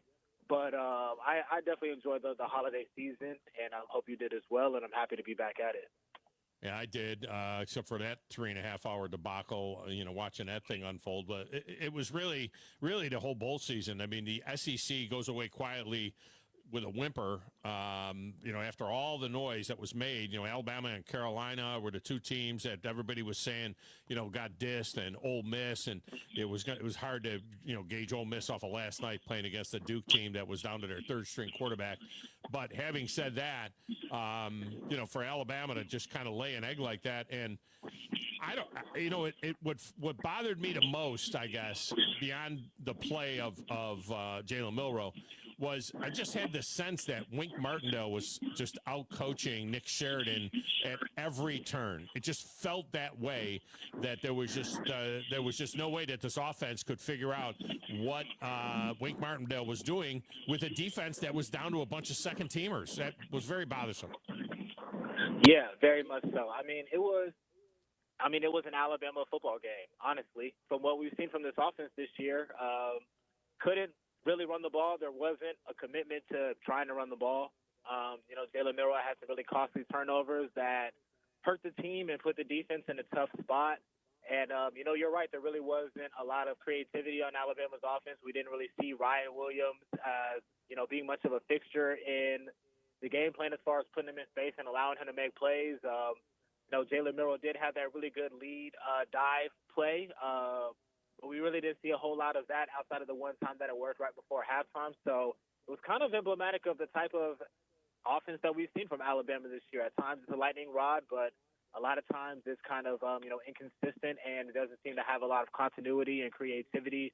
And it reared its ugly head once again against Michigan. So really puzzling, though, obviously. I mean, Jalen Milroe's playing, Tyler Booker's playing. You have Ryan Williams, Jeremy Bernard, Dupree. You have Alabama's offense. You have their starting offense out there. They didn't have anybody out against a bunch of backups in Michigan. And it was just a flat performance, which, again, just kind of speaks to what Alabama has been this year. It's been a team that, says that they're preparing the right way and says that they're preparing with a lot of energy and they're really motivated to win, but consistently we've seen flat performances. So, a sour way to end the year, but in some ways a fitting way to end the year. Yeah, and it's mind-boggling, actually, all across college football, but in the particular case, with Alabama, this is a team that dominated Georgia for a half. This is a team that blew out Missouri and LSU and beat Carolina. And you say, how did any of that happen as bad as they looked against Oklahoma? And then you got Michigan. When I say it goes all across the sport, this is, you got a team in Ohio State that looks like the best team in college football right now. I mean, they look like they could go up the road and beat the Cleveland Browns the way they've played their first two games against Tennessee and Oregon. Yet they lost to a Michigan team that had 5 losses, and what happened there? You got a team in the Final Four in Notre Dame that got beat by a middle-of-the-pack MAC team. And yet Notre Dame looks like world, but they just beat Georgia with defense and special teams and 90 yards passing. It's like, what the heck is going on out there? And you wonder how much of this has to do with NIL, transfer portal, the spreading of the wealth of players. Yeah, definitely. I mean, there's been no bigger beneficiary of these changes than Northern teams. I mean, for the last 20 years, the South has been dominating the sport. The sport has been defined by the South, and we are very, very close to 2 Northern teams playing for the national championship for the second year in a row. So yeah. You're starting to see the talent distribute. You're starting to see a team like Notre Dame come up, which I feel like is, as much as people are going to be talking about how Georgia got the crap beat out of them and how they're coming back down to earth, I think Notre Dame ascending forward is probably the bigger storyline here. So there's definitely a bit of a shift in power between the North and the South in football, and it's really hurting the SEC. I mean, the South is where the majority of the talent is concentrated. You're starting to see it spread out anymore. Kids don't have to wait their turn anymore to play, and they can go and play really good football at a Notre Dame or a Michigan or Indiana and other places and be in playoff contention. So it'll be interesting to see where these programs move forward, but I just think that's what we're seeing is probably going to be a little bit closer to what we're going to be seeing in college football moving forward, which is a lot more parity, a lot more teams being even. And the onus is really going to be on the coaches to elevate their craft and to get better at coaching players, because you cannot just rely on having 7 first-round, 7 5-stars at one position anymore. Right. It's going to be a frontline starter, and you're probably going to have a really good, talented 5-star backup, but that player might be a freshman, and you're going to have to develop them, and you're going to have to continue to develop your roster and develop younger players and have guys ready to play. And Notre Dame did that. They lost their best defensive lineman against Indiana. Somebody steps in. You really couldn't tell the difference. They dominated Georgia. They lost Ben Morrison, starting cornerback. Young player steps in, freshman, starting, and played really well all season, and you see what Notre Dame has been able to do. So, it's the distribution of talent, but coaches are now going to have to elevate their game as well to keep their rosters, in fighting trim if they're wanting to compete for a championship. And we saw that. We've seen that all throughout this playoff and the bowl system where guys are out coaching guys. You talk about that game yesterday with Notre Dame and, that little stunt that they pulled when they ran the punt team off and ran the offense back on, which you can do. I know that Kirby's like, no, wait a minute, you can't do that. Well, no, that's a unit. They decided to go for it. They, in their mind.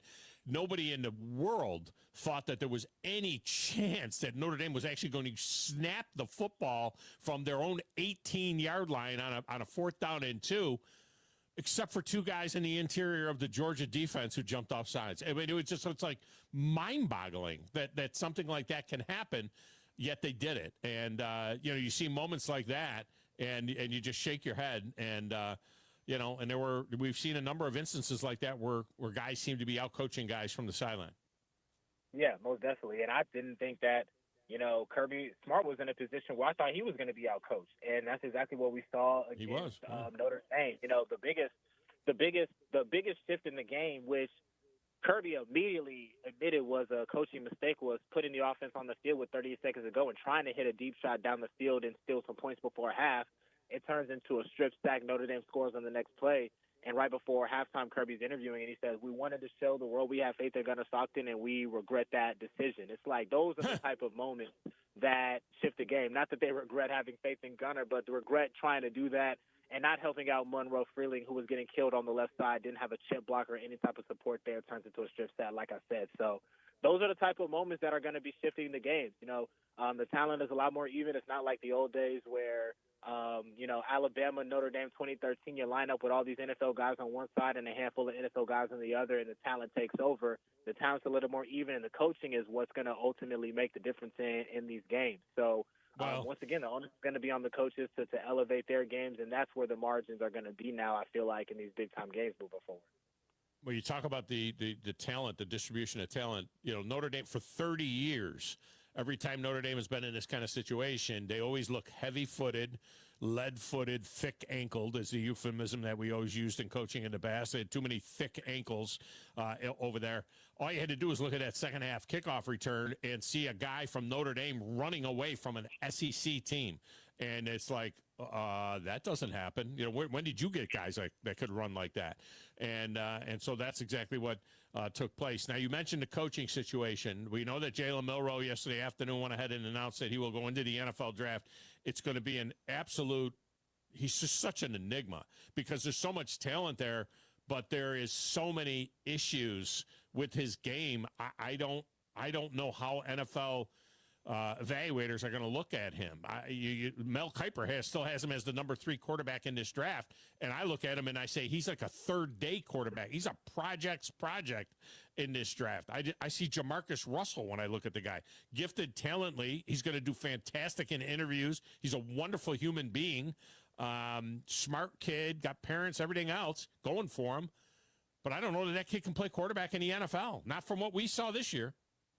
Yeah, well, I mean, the thing about Jalen Milroe, and he's not the same size as Anthony Richardson, but I feel like it's going to be a very similar conversation. You have these supreme athletes who are, limited passers, and they do have red flags, and it's going to be on an NFL team to just look at these guys and say, I can do something with this or I can't do something with this. Now, what's working in Jalen Milroe's favor, he at this point is way better a college player than somebody like Anthony Richardson ever was at Florida. But Anthony Richardson probably testing-wise, numbers-wise, size-wise, a little bit a step above him, and maybe that's what gave him the edge. But I think that he's going to be somebody that NFL teams are going to be really, really intrigued by. And the quarterback 3 conversation is really interesting because, I mean, who is your quarterback 3 right now in the draft? I mean, Jalen Milroe turns the ball over a lot, but so does Carson Beck, and he's not nearly as athletic. Quinn Ewers, if Quinn Ewers was a consistent player, he would be in the NFL right now. There's a reason why he's still at Texas. I don't even know who else is in the conversation for quarterback 3. Maybe Jackson Dart is somebody who, with the performance last night, maybe somebody who enters into that conversation. Maybe Drew Aller, if Penn State goes on a national championship run, maybe he decides to reverse course and test his luck in the NFL draft. So the quarterback 3 conversation is really interesting. It's a lot of flawed guys, not a lot of, certainty.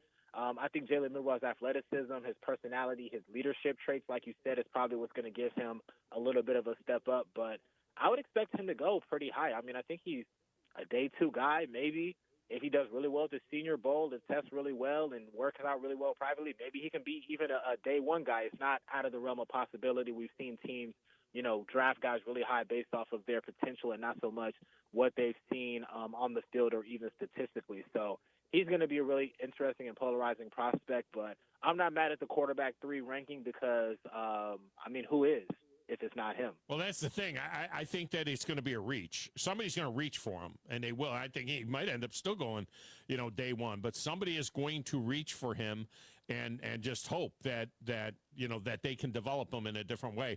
I think that the quarterbacks that you mentioned, Jackson Dart, none of these guys are the 3. They're all, it's like you got a 1-2 or a 1A, 1B, and then you got 6, 7, 8, 9. They're all together in that group.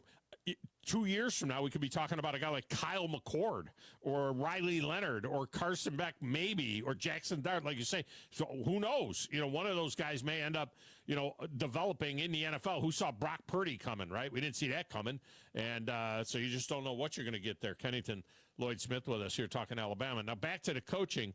I think it was coaching malpractice on 1st and 10 from the 15-yard line with 58 seconds and 2 timeouts to not at least once run a G scheme quarterback sweep like they have so many times and put that kid and give him the opportunity to do what he does best, or a quarterback draw or something, a trap inside, something like that, to have him stand there in the shotgun and throw 4 straight times into an end zone in a truncated field like that, I just thought was awful. And that's on Nick Sheridan.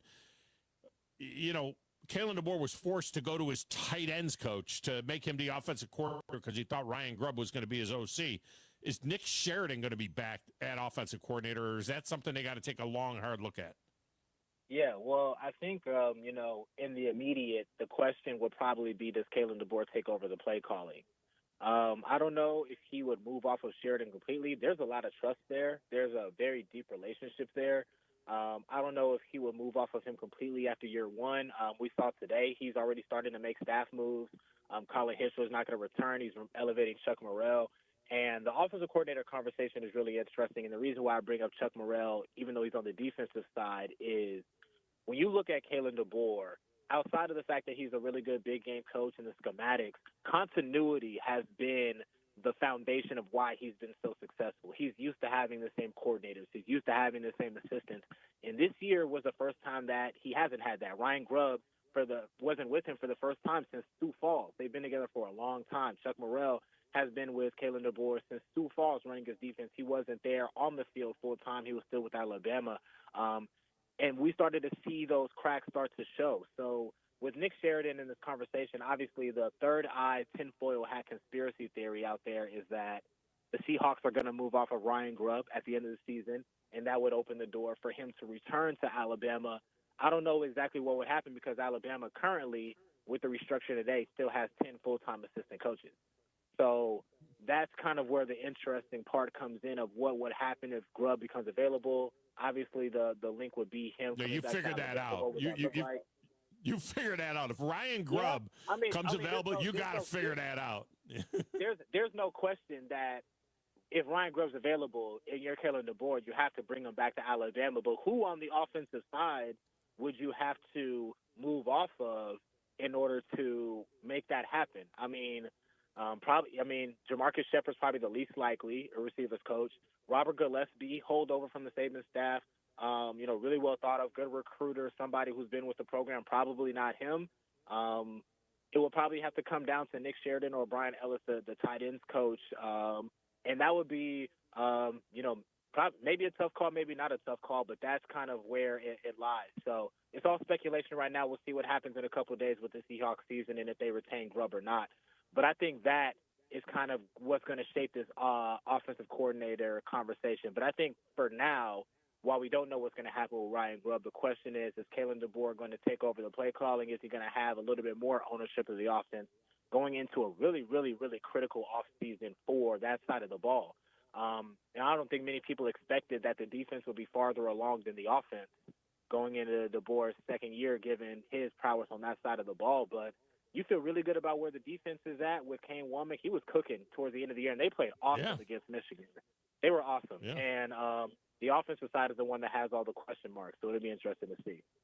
Now, it's going to be real interesting to see, and to see if Kalen DeBoer takes a bigger role in that department, depending on whether or not Ryan Grubb is in the mix or not. So the quarterback thing, this is going to be intriguing. This is not, a lot of people would like to say that Ty Simpson's just waiting for his Mac Jones moment. He's going to step in, he's going to have a huge year, and everything is going to change. Yeah, okay, that could happen. But, Austin Mack was brought there for a reason. That's a real contender, I think, for that job. And then you've got the number 2 quarterback, in the country coming in as well. And they could go young if they want to do something like that with Keelan Russell. So, what's your thoughts on how this quarterback battle unfolds? Does Russell get a real live shot at being the guy? Yeah, so the thing about Keelan Russell is really interesting because he's somebody who's not lacking for confidence at all. And he was at the Under Armour All-American game this week, and he had some pretty telling quotes about him in Alabama and what he's been told by the coaches. And, here's a direct quote from him. He was talking to some people from the Athletic, Grace Rayner, our recruiting reporter, and he said, "What jumps out to me is the fact that they want me to come in and be the starting quarterback ASAP." So there's been some conversations about him coming in and competing for the job immediately. Now, do I think Ty Simpson is going to be the first person to get a crack at it? Yes, and he should be because he's a veteran. He's actually played in some games. But if I'm an Alabama fan, and this is also, my opinion, Ty Simpson needs to lock this thing up pretty early. Like, first scrimmage of spring practice, it needs to be he is firmly in control of this starting job because if it turns into you're halfway through spring practice, you're at the end of spring practice, and you still don't know if, Ty Simpson hasn't separated himself a lot from Austin Mack and Keelan Russell, then you're going to be pretty unsettled about what the quarterback position is going to look like in 2025. So to your point, it's going to be really interesting. I'd expect Ty Simpson to at least have the command of the starting position at the end of spring practice. And I think at that point we'll be able to truly evaluate kind of where things are at. And I think fall camp is going to be where you see the more true competition. So really interesting. I think my money right now would just be on Ty Simpson. But if Keelan Russell and Austin Mack, comes in and takes that job, I don't think we would be too surprised either. Like you said, they're there for a reason. And, very quickly the quarterback room has shifted from they've been holdovers to majority of DeBoer's guys. Yeah. So we'll see what the offense looks like in spring practice and into the fall. And, I think the first game might influence this decision also because they're going to Florida State, and I know Florida State was crappy this year, but the way Alabama's underperformed against unranked teams, we can't just say that that's a gimme win. And especially on the road. Yeah.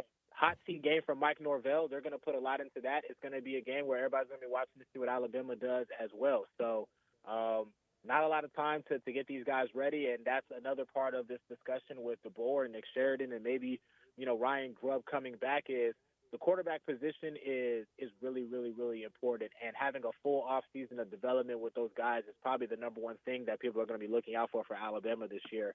So it's going to be shaping up to be a really good competition, but at least at this point, I will put my money on Tyson. Yeah, it's going to be fascinating. And, of course, Russell hurt his ankle in the game yesterday in the Under Armour game. I don't even know why. I hate to say it because it's Tom Luganbill's baby, and he's regular on our show for 10 years. But what's the point? Why is he playing in that game? You know what I mean? He has that spring ball coming up.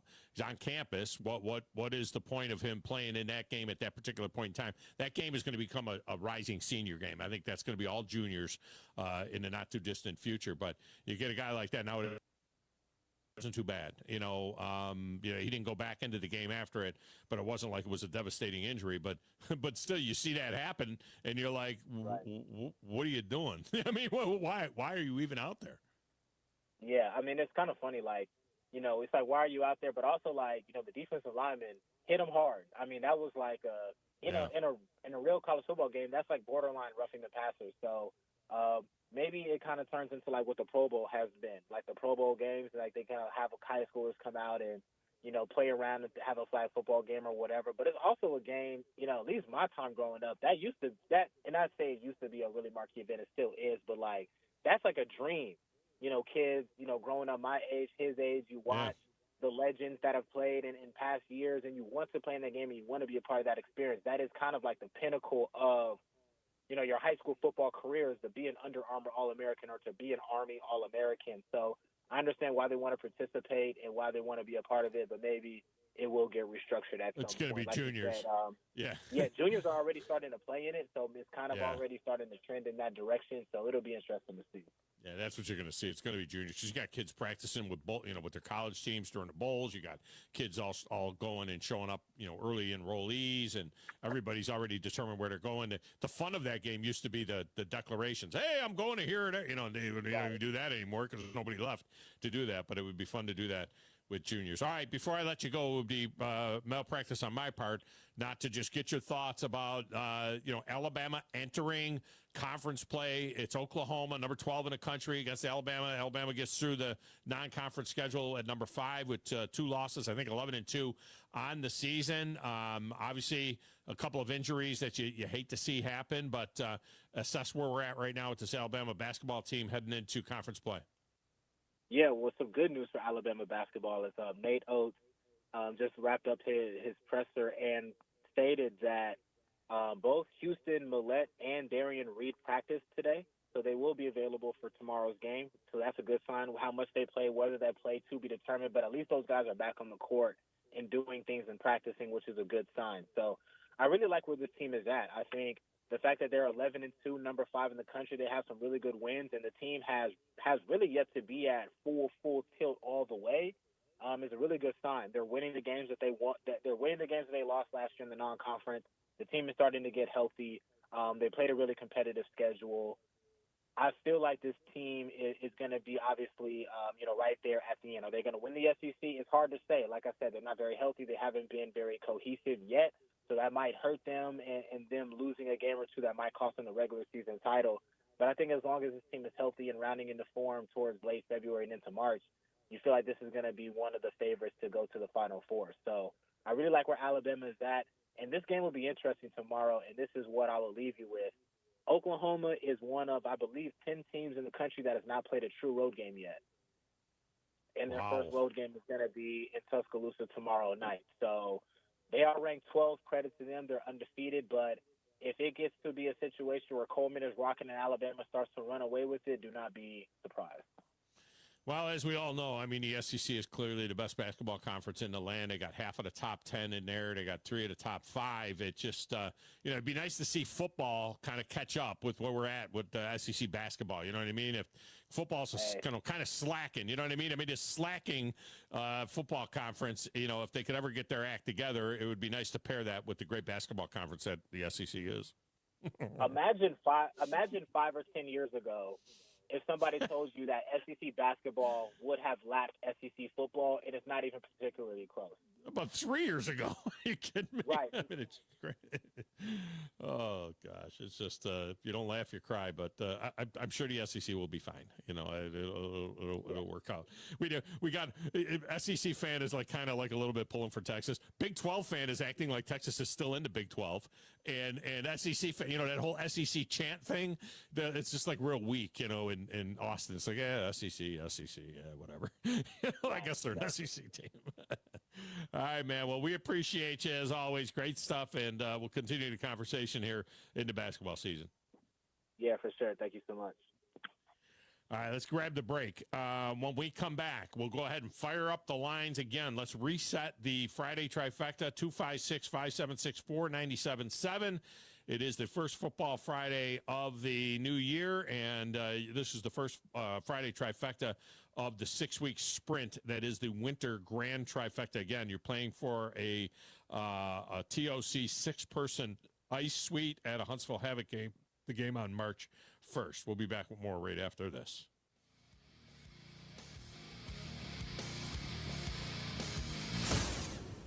Owen Home Appliance Center features the biggest names in home appliances like Viking, Whirlpool, Maytag, KitchenAid, GE, and Frigidaire. But they also have great brands that you may not know, like Mela, Forno, Z-Line, Invisicook, and Beko. But no matter what, they all get delivered the day you buy, and they service everything they sell. And at the Lacey Spring Showroom, just 8 miles south of the river on 231, you'll find a totally interactive showroom where you can hear the dishwashers wash, and the freezer's free, and see the cookies get baked in the double ovens. Owen Home Appliance Center will even wash and dry a load of clothes for you so that you can see how great the products are. And they have ice machines making all kinds of ice, cubed, nugget, and top hat. How is that for variety? Owen Home Appliance Center believes in community involvement as well, sponsoring youth teams, race cars, and an annual Easter egg hunt. Quality products, quality pricing, quality service is the name of the game for Owen Home Appliance Center. Find them in Somerville and Lacey Springs and online at owenappliance.com.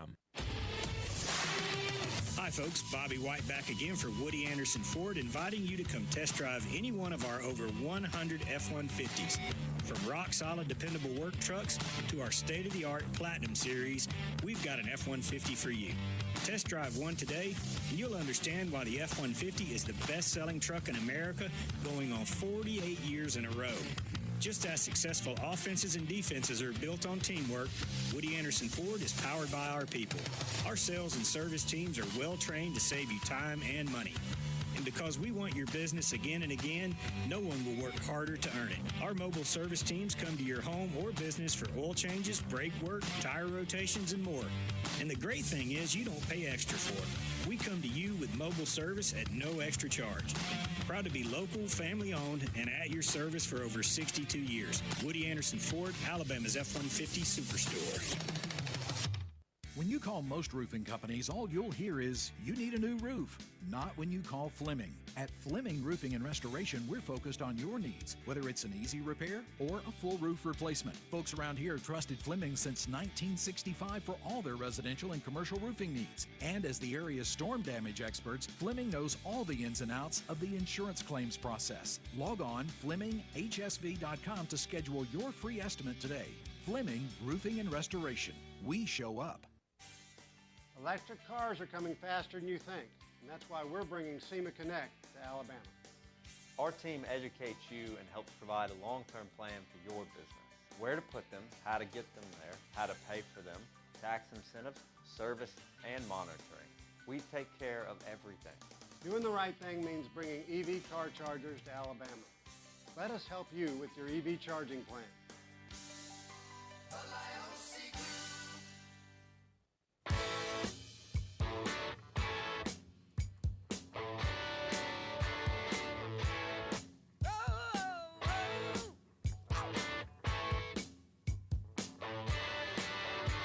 Segment of Tom Abraham Show is brought to you by the award-winning department at Woody Anderson Ford. My place for over 20 years has been Woody Anderson Ford. Got F-150s out there in the yard, got Mustangs out there in the yard, all from Woody Anderson Ford. And look, they can take care of your vehicle, whether it's a Ford or another brand. I don't know why you'd want any other brand. After you get down there and you see all those beautiful Fords, you're going to want one of those. But don't forget, Woody Anderson Ford also has a mobile service, which is incredible, where they come out to you and take care of you. Their convenient mobile program includes things like oil changes and tire rotations and parts replacements. They do it all at Woody Anderson Ford. Go to WoodyAndersonFord.com to learn more. All right, we have a Friday trifecta for you today. What we did was we paired the one real good NFL game that we've got this weekend with the two national semifinal games, because next weekend's Friday trifecta, next Friday's Friday trifecta is going to be the 4 NFL playoff games. So we wanted to go ahead and get this in here so you can go ahead and jump on this deal. Now, holding for the better part of an hour, holding for the better part of an hour. We got to give him his spot. Maize and Blue Frank is up first. Frank, welcome in. How are you? Hey, I'm doing great. Happy New Year. Happy New Year to you as well. Yeah, all I can say is I tried to time it so you'd pick me up at 12:41.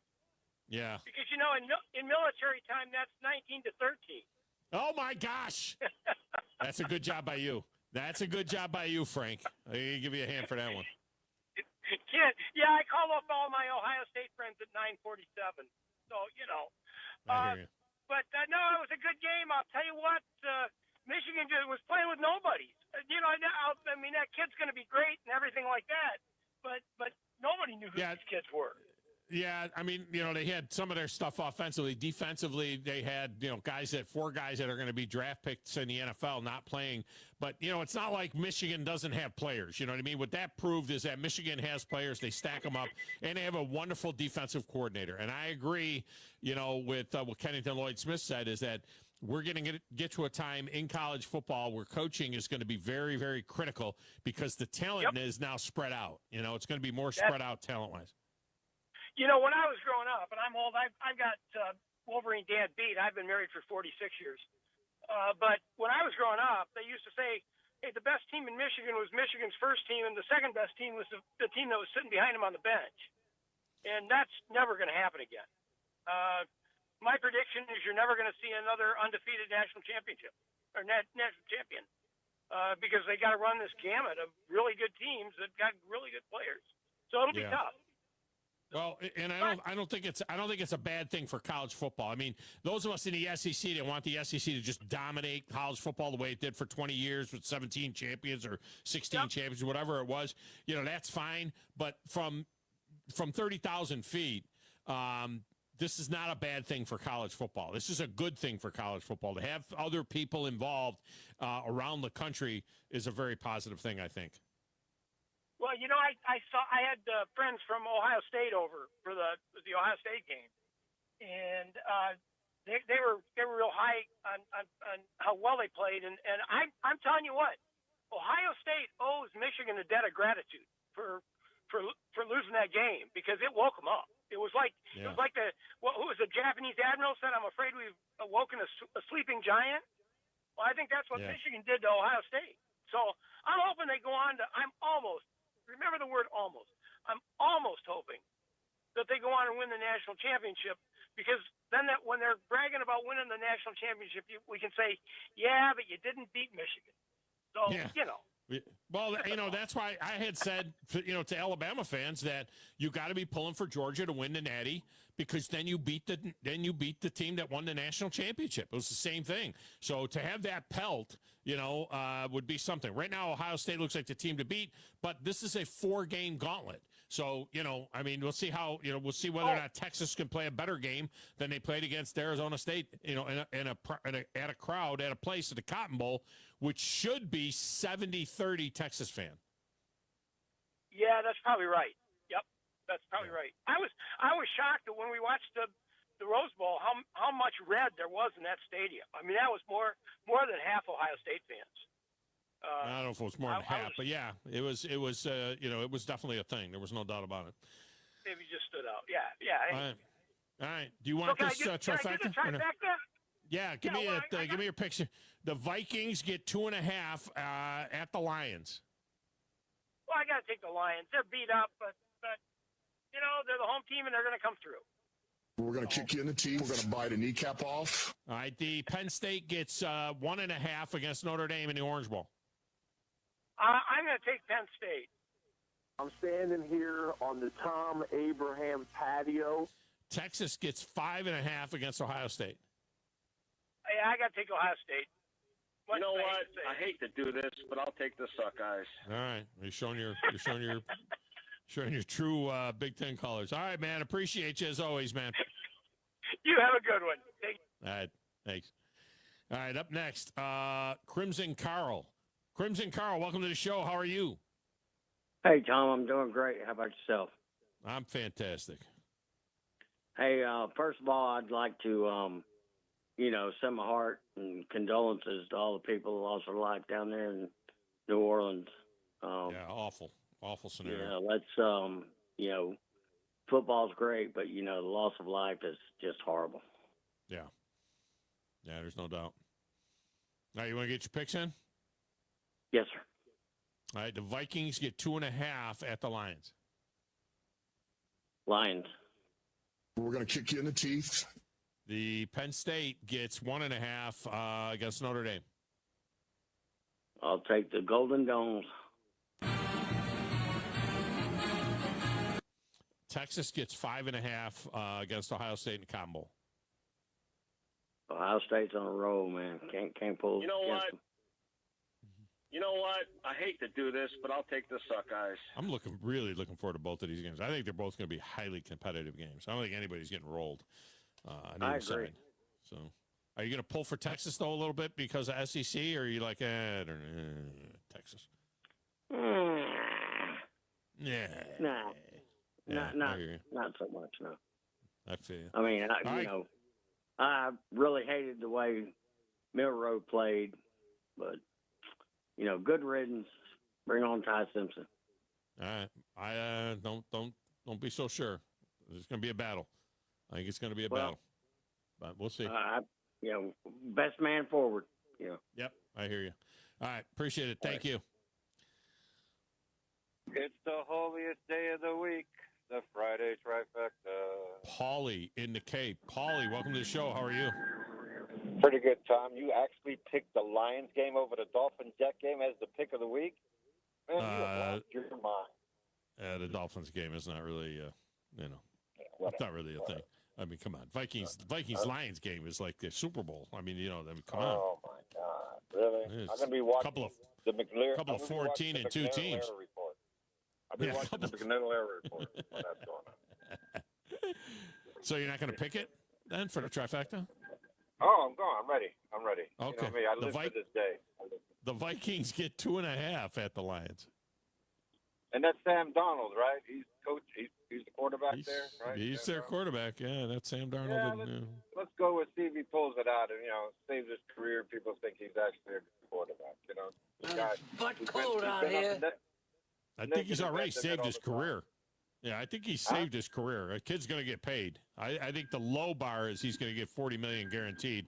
Probably going to get closer to $200 million guaranteed. I think he's saved. Well, I think. Yeah. Well, the way John Madden said, in football, winning is the greatest deodorant. So there's no doubt. This game. Penn State gets 1.5 against Notre Dame down there in the Orange Bowl. I'll take Penn State. I'm standing here on the Thom Abraham patio. Man, Texas gets 5.5 against Ohio State in the Cotton Bowl. I'll go with Texas. You don't buy a Lincoln because it makes sense. You don't buy a Lincoln because it makes sense. All right. All right, Paul, we got you in. I need the Chiefs to beat Broncos and the Dolphins take care of business. And we'll be going to the Super Bowl, baby. Yeah, well, it's only over in New Orleans, so I'm sure you can get a good deal on tickets. But if it was in Kansas City, I tell you what, I still think the Chiefs are going to be sporty. Carson Wentz isn't like a total bum, and you can't bench everybody, you can't sit everybody. You're going to sit a lot of your studs. But well, we'll see. I mean, it's at Denver, so that's the only issue, for Kansas City there. So. All right, man. Well, Happy New Year. It's a good job by you. Yeah. All right, before we get to the break, and then we'll come back with another round of calls. I just need to throw this in here. With as many as 7 jobs going to be open in the NFL, is John Gruden too toxic to be considered? John Gruden's name is being passed around now. People are starting to kind of look into it. It's been 4 years since it was revealed that John Gruden made an apparently racist comment about DeMaurice Smith, who was the head of the NFLPA, in a private email. Now, I'm going to tell you what he said. It's in the USA Today, so I can have it on the Thom Abraham Show. What he wrote in this private email was DeMaurice, with a D, DeMaurice. He didn't like him. He said, DeMaurice Smith has lips the size of Michelin tires, close quote. Okay. So D. Smith is black. And the lips thing is a black stereotype, right? And Gruden has apologized to Smith privately and publicly. But he's like a pariah now. I mean, an absolute pariah. He dropped something out there that was stereotypical. But let me just say this about that. Gruden, his comment was jocular in nature. And it's the kind of thing that if you've ever been in an NFL locker room, if you've ever been in any kind of a locker room, all right, with players that are white players, black players, Mexican players, whatever they are, you have heard things in locker rooms over the years as white guys and black guys just rip each other unmercifully. I mean, absolutely make all kinds of comments about each other, not with the thought that anybody's going to report it and say that it's racist. I mean, you hear it all the time when they do that NFL films, that mic'd up thing where you hear a white guy will do something, and, like the other day when the kid from, was it Arizona State, had that white kickoff returner to return to kickoff for a touchdown against Texas, and they're like, man, a white dude can run, man. I mean, that whole mentality, what is that? Is that not stereotypical? Look, I was in the Titans locker room after a game,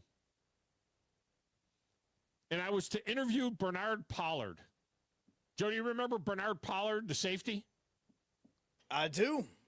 All right, so Bernard Pollard, the safety for the Titans, I was to interview him on CBS Radio nationally.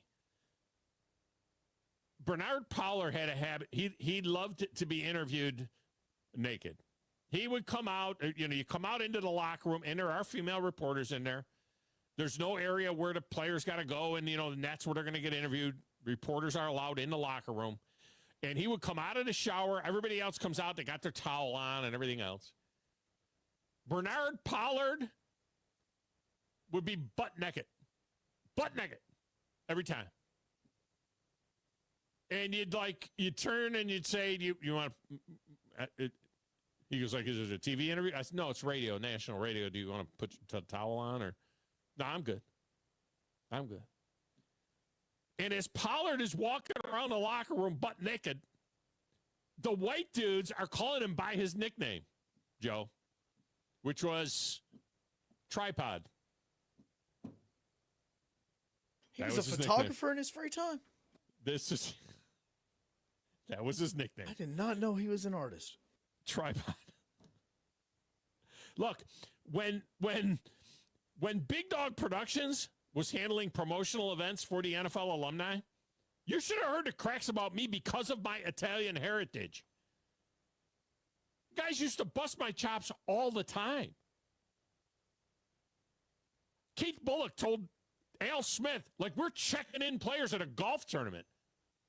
And I'm sitting at the table, and the players that are playing in the tournament, each team gets an NFL player with them. They were coming in and they were paying. It was $1,800 a foursome. I mean, this wasn't a little cheap deal, but you got an NFL player. We had 35 NFL players, and I was sitting at the table and I was handling the money. And Keith Bullock told Al Smith, you better put one of the brothers behind him. He's Italian. Can't have him handling the money. We all laughed. You know what I mean?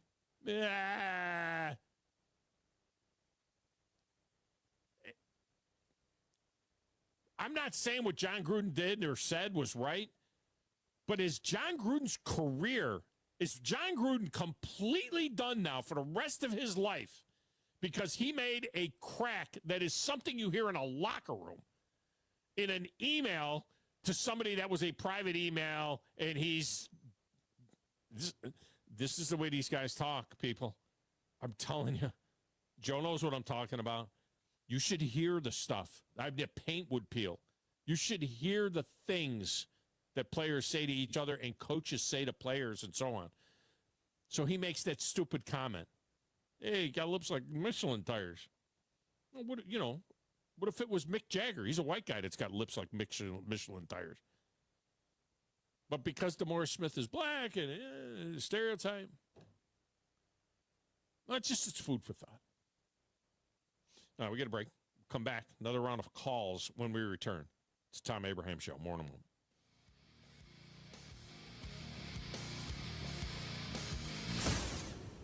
You're listening to the Thom Abraham Show with Joe Hunk on 97.7 ESPN The Zone.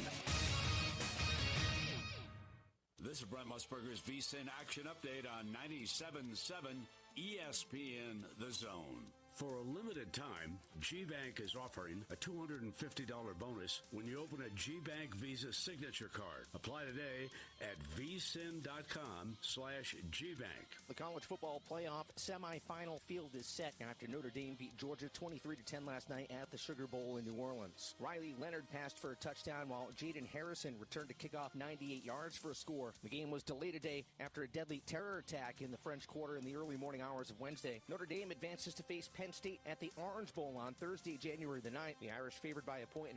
Penn State plus 105 on the money line, over under 46.5. And the other semifinal game, Texas battles Ohio State on Friday the 10th in the Cotton Bowl Classic. The Buckeyes favored by 6. Texas plus 190, over under 53.5. Ohio State the current betting favorite at plus 110 to win the national title. I'm Chuck Sanders on 97.7 ESPN The Zone.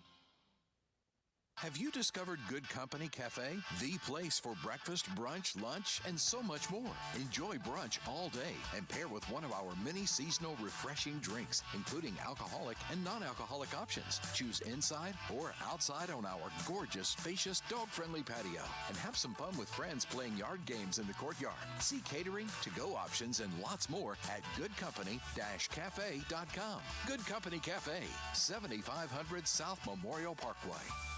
You've got to experience Toyota-thon at Bill Penny Toyota. They've got the selection with over 700 new Toyotas to choose from. And they've got the extras with Bill Penny perks and a 10-year unlimited warranty. So get on over to Bill Penny Toyota today and experience Toyota-thon.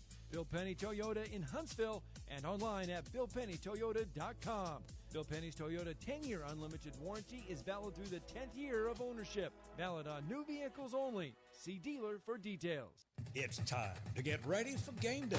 That means Alabama football and tailgating. Whether you're tailgating at home or at Bryant-Denny, visit Brooks & Collier for North Alabama's largest selection of premium grills and smokers like Big Green Egg, Blaze, Delta Heat, Memphis, and Traeger. Satisfy any palate with our wall of rubs and seasonings. For all your tailgating needs, visit Brooks & Collier at 813 Meridian Street or at brooksandcollier.com. An Alabama tradition for over 75 years. Roll Tide. Are you tired of chasing a roofing contractor to show up on time or even show up at all? I'm Sam Fleming with Fleming Roofing and Restoration. Our motto at Fleming Roofing is we show up. Our goal at Fleming Roofing is to provide the reliable customer service that you deserve, and we have the resources to meet all of your roofing needs: residential, commercial, industrial, replacement, or repairs. We are manufacturer certified for roof coatings, single-ply membranes, and asphalt shingles. Whenever you need a roofing professional you can count on, call Fleming Roofing and Restoration. We are committed to finding the solution that meets your needs. We don't have quotas or heavy-handed sales tactics. Fleming Roofing, we have expert experience. We show up. Free estimates, residential, commercial, industrial, replacement, or repairs. Check us out at FlemingHSV.com. FlemingHSV.com. When you need a quick response, it's Fleming Roofing and Restoration. We show up. If hunting and outdoor recreation are your passions, it all starts with the right property. That's where I come in. I am Bo Butler with Southland Realty and Auction, a hunting and recreational land specialist and a Jackson County native who sees land through a hunter's eyes. Just as you trust your guide on a big game hunt, you can trust me to find the perfect property for you. Thinking of selling? Let me help you make your land attract buyers. Remember, Bo knows land. Call me at 256-609-0512.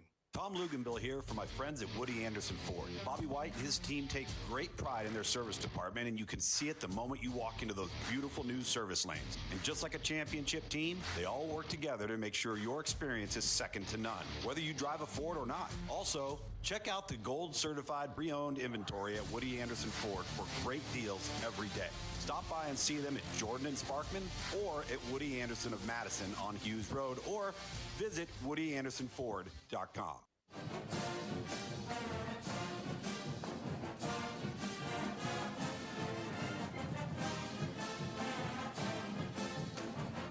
Welcome back, Thom Abraham Show. By the way, Joe, I discovered one of the great inventions in the history of mankind. At the risk of sounding like old guy. You know, it's not the bidet. Something even better than a bidet. Okay? Have you seen the Skechers commercials with Howie Long and the slip-in Sketcher shoes that they got that are like sneakers? Have you seen them? Let me tell you something. I got my first pair the other day, about 3 days ago. I bought my second pair. I have not bought a pair of sneakers in at least 15 years because I had to deal with New Balance out of Florida. I had to deal with New Balance, and I had pulled New Balance, the top-of-the-line New Balance shoes. I love New Balance sneakers. And I have been pulling the top-of-the-line New Balance shoes out of this place in Florida for 15 years, 3 pair a year, literally. And so I got a closet full of New Balance shoes. Anyway, I had a chance to slip my foot into one of these Skechers slip-ins. Oh, my gosh. Joe, they're amazing. I'm not sounding like an old dude right now. No. You were very much sounding like one. Oh, no, they're amazing, Joe. Wait till you're old enough to wear them. They're amazing, and they work. It's like the eighth wonder of the world. The heel doesn't collapse or anything. You just slip your foot in there, and it's like you're walking on air. They're like $50, $60. I bought 2 pair. I haven't paid for a pair of sneakers in 15 years, maybe 20 years. You know that statement that you make And about, I I'm bought a 2 young 60 whatever. Yes, I'm a young man. Well, Howie's wearing them. What about Howie and Joe Montana and Howie wear them? They're not old guys. Are they? Howie Long right now is, how old are you? I'm 64. Same age. Yeah, see, he's young like me. How old is Joe Montana? Joe Montana, when I went to Notre Dame, he was there. He bought us drinks. I was there with a bunch of recruits at Notre Dame back in 1979. How old is Montana? He can't be that old. He's almost as old as the state of Montana. He is closer to 70 than 60, I'll tell you that. He's 68. He can't be that much older than me. 68. So he's 4 years older than me. Yeah, he was a senior, and I was a senior in high school, and he was a senior at Notre Dame. He bought us drinks. All right. It was illegal because it was in prohibition, but listen. Here's the story. The quick story on that. Indiana was one of the first states to go to age 21. Where I came from in New York was age 18. You could drink at 18. Indiana had upped the age to 21. And there's a bar that's just off campus at Notre Dame called the Library. And then because you could always then tell your parents, where'd you spend? I was at the library all night last night. The library was a wonderful name for a bar, right? The Library. So we come to the door, and one of my guys that I was with was cousins with the Huffman, who was the starting center for Notre Dame. And Montana's there, and Montana's holding court like it's, what's that thing where the girls dance on Coyote Ugly? Montana's up on the bar. And so the guy is stopping us at the door because we have our high school football jackets on. And he's like, 21 and blah, blah, blah. And Montana yells over, "You let those guys in. They're recruits," which we weren't. But those guys, let those guys in. We were just football guys that happened to know some guys that were on Notre Dame's team, that we were not being recruited by Notre Dame. And so we got in. And he says, "The round's on me." And he bought a round. He was like 20. He was 21. But anyway. All right. My cousin Vinny is up. Vincenzo, welcome in. How are you? I'm doing great, Tom. I'm glad to hear you got your Skechers. Do they have like the Velcro strap that goes across the front? No, that's the thing. They don't, no Velcro. They got laces, but you don't have to touch the laces. It looks like they're laced up, and you just slide your foot in, and the heel doesn't crush. I mean, it's amazing. And you call me an old guy. Anyway, I'm glad Joe's back on his mat. It's Me a good too. day all the way around. Okay. I heard Joe had to go get meds. I Vinny, did. send me your thing. Text me your thing. All right, for those of you that are watching on the TV. Okay. Joe, here you go. Take a look at them things. Tell me that isn't a sharp, beautiful shoe right there. I just slid it off because it goes on and off so easy. And see, no Velcro. There's no Velcro there. Joe, do you want me to get you a pair of Skechers? No, but the community center is going to really love it when you show those things off. Paul Feinbaum is next. I'll put my Skechers back on. Have a great weekend, everybody.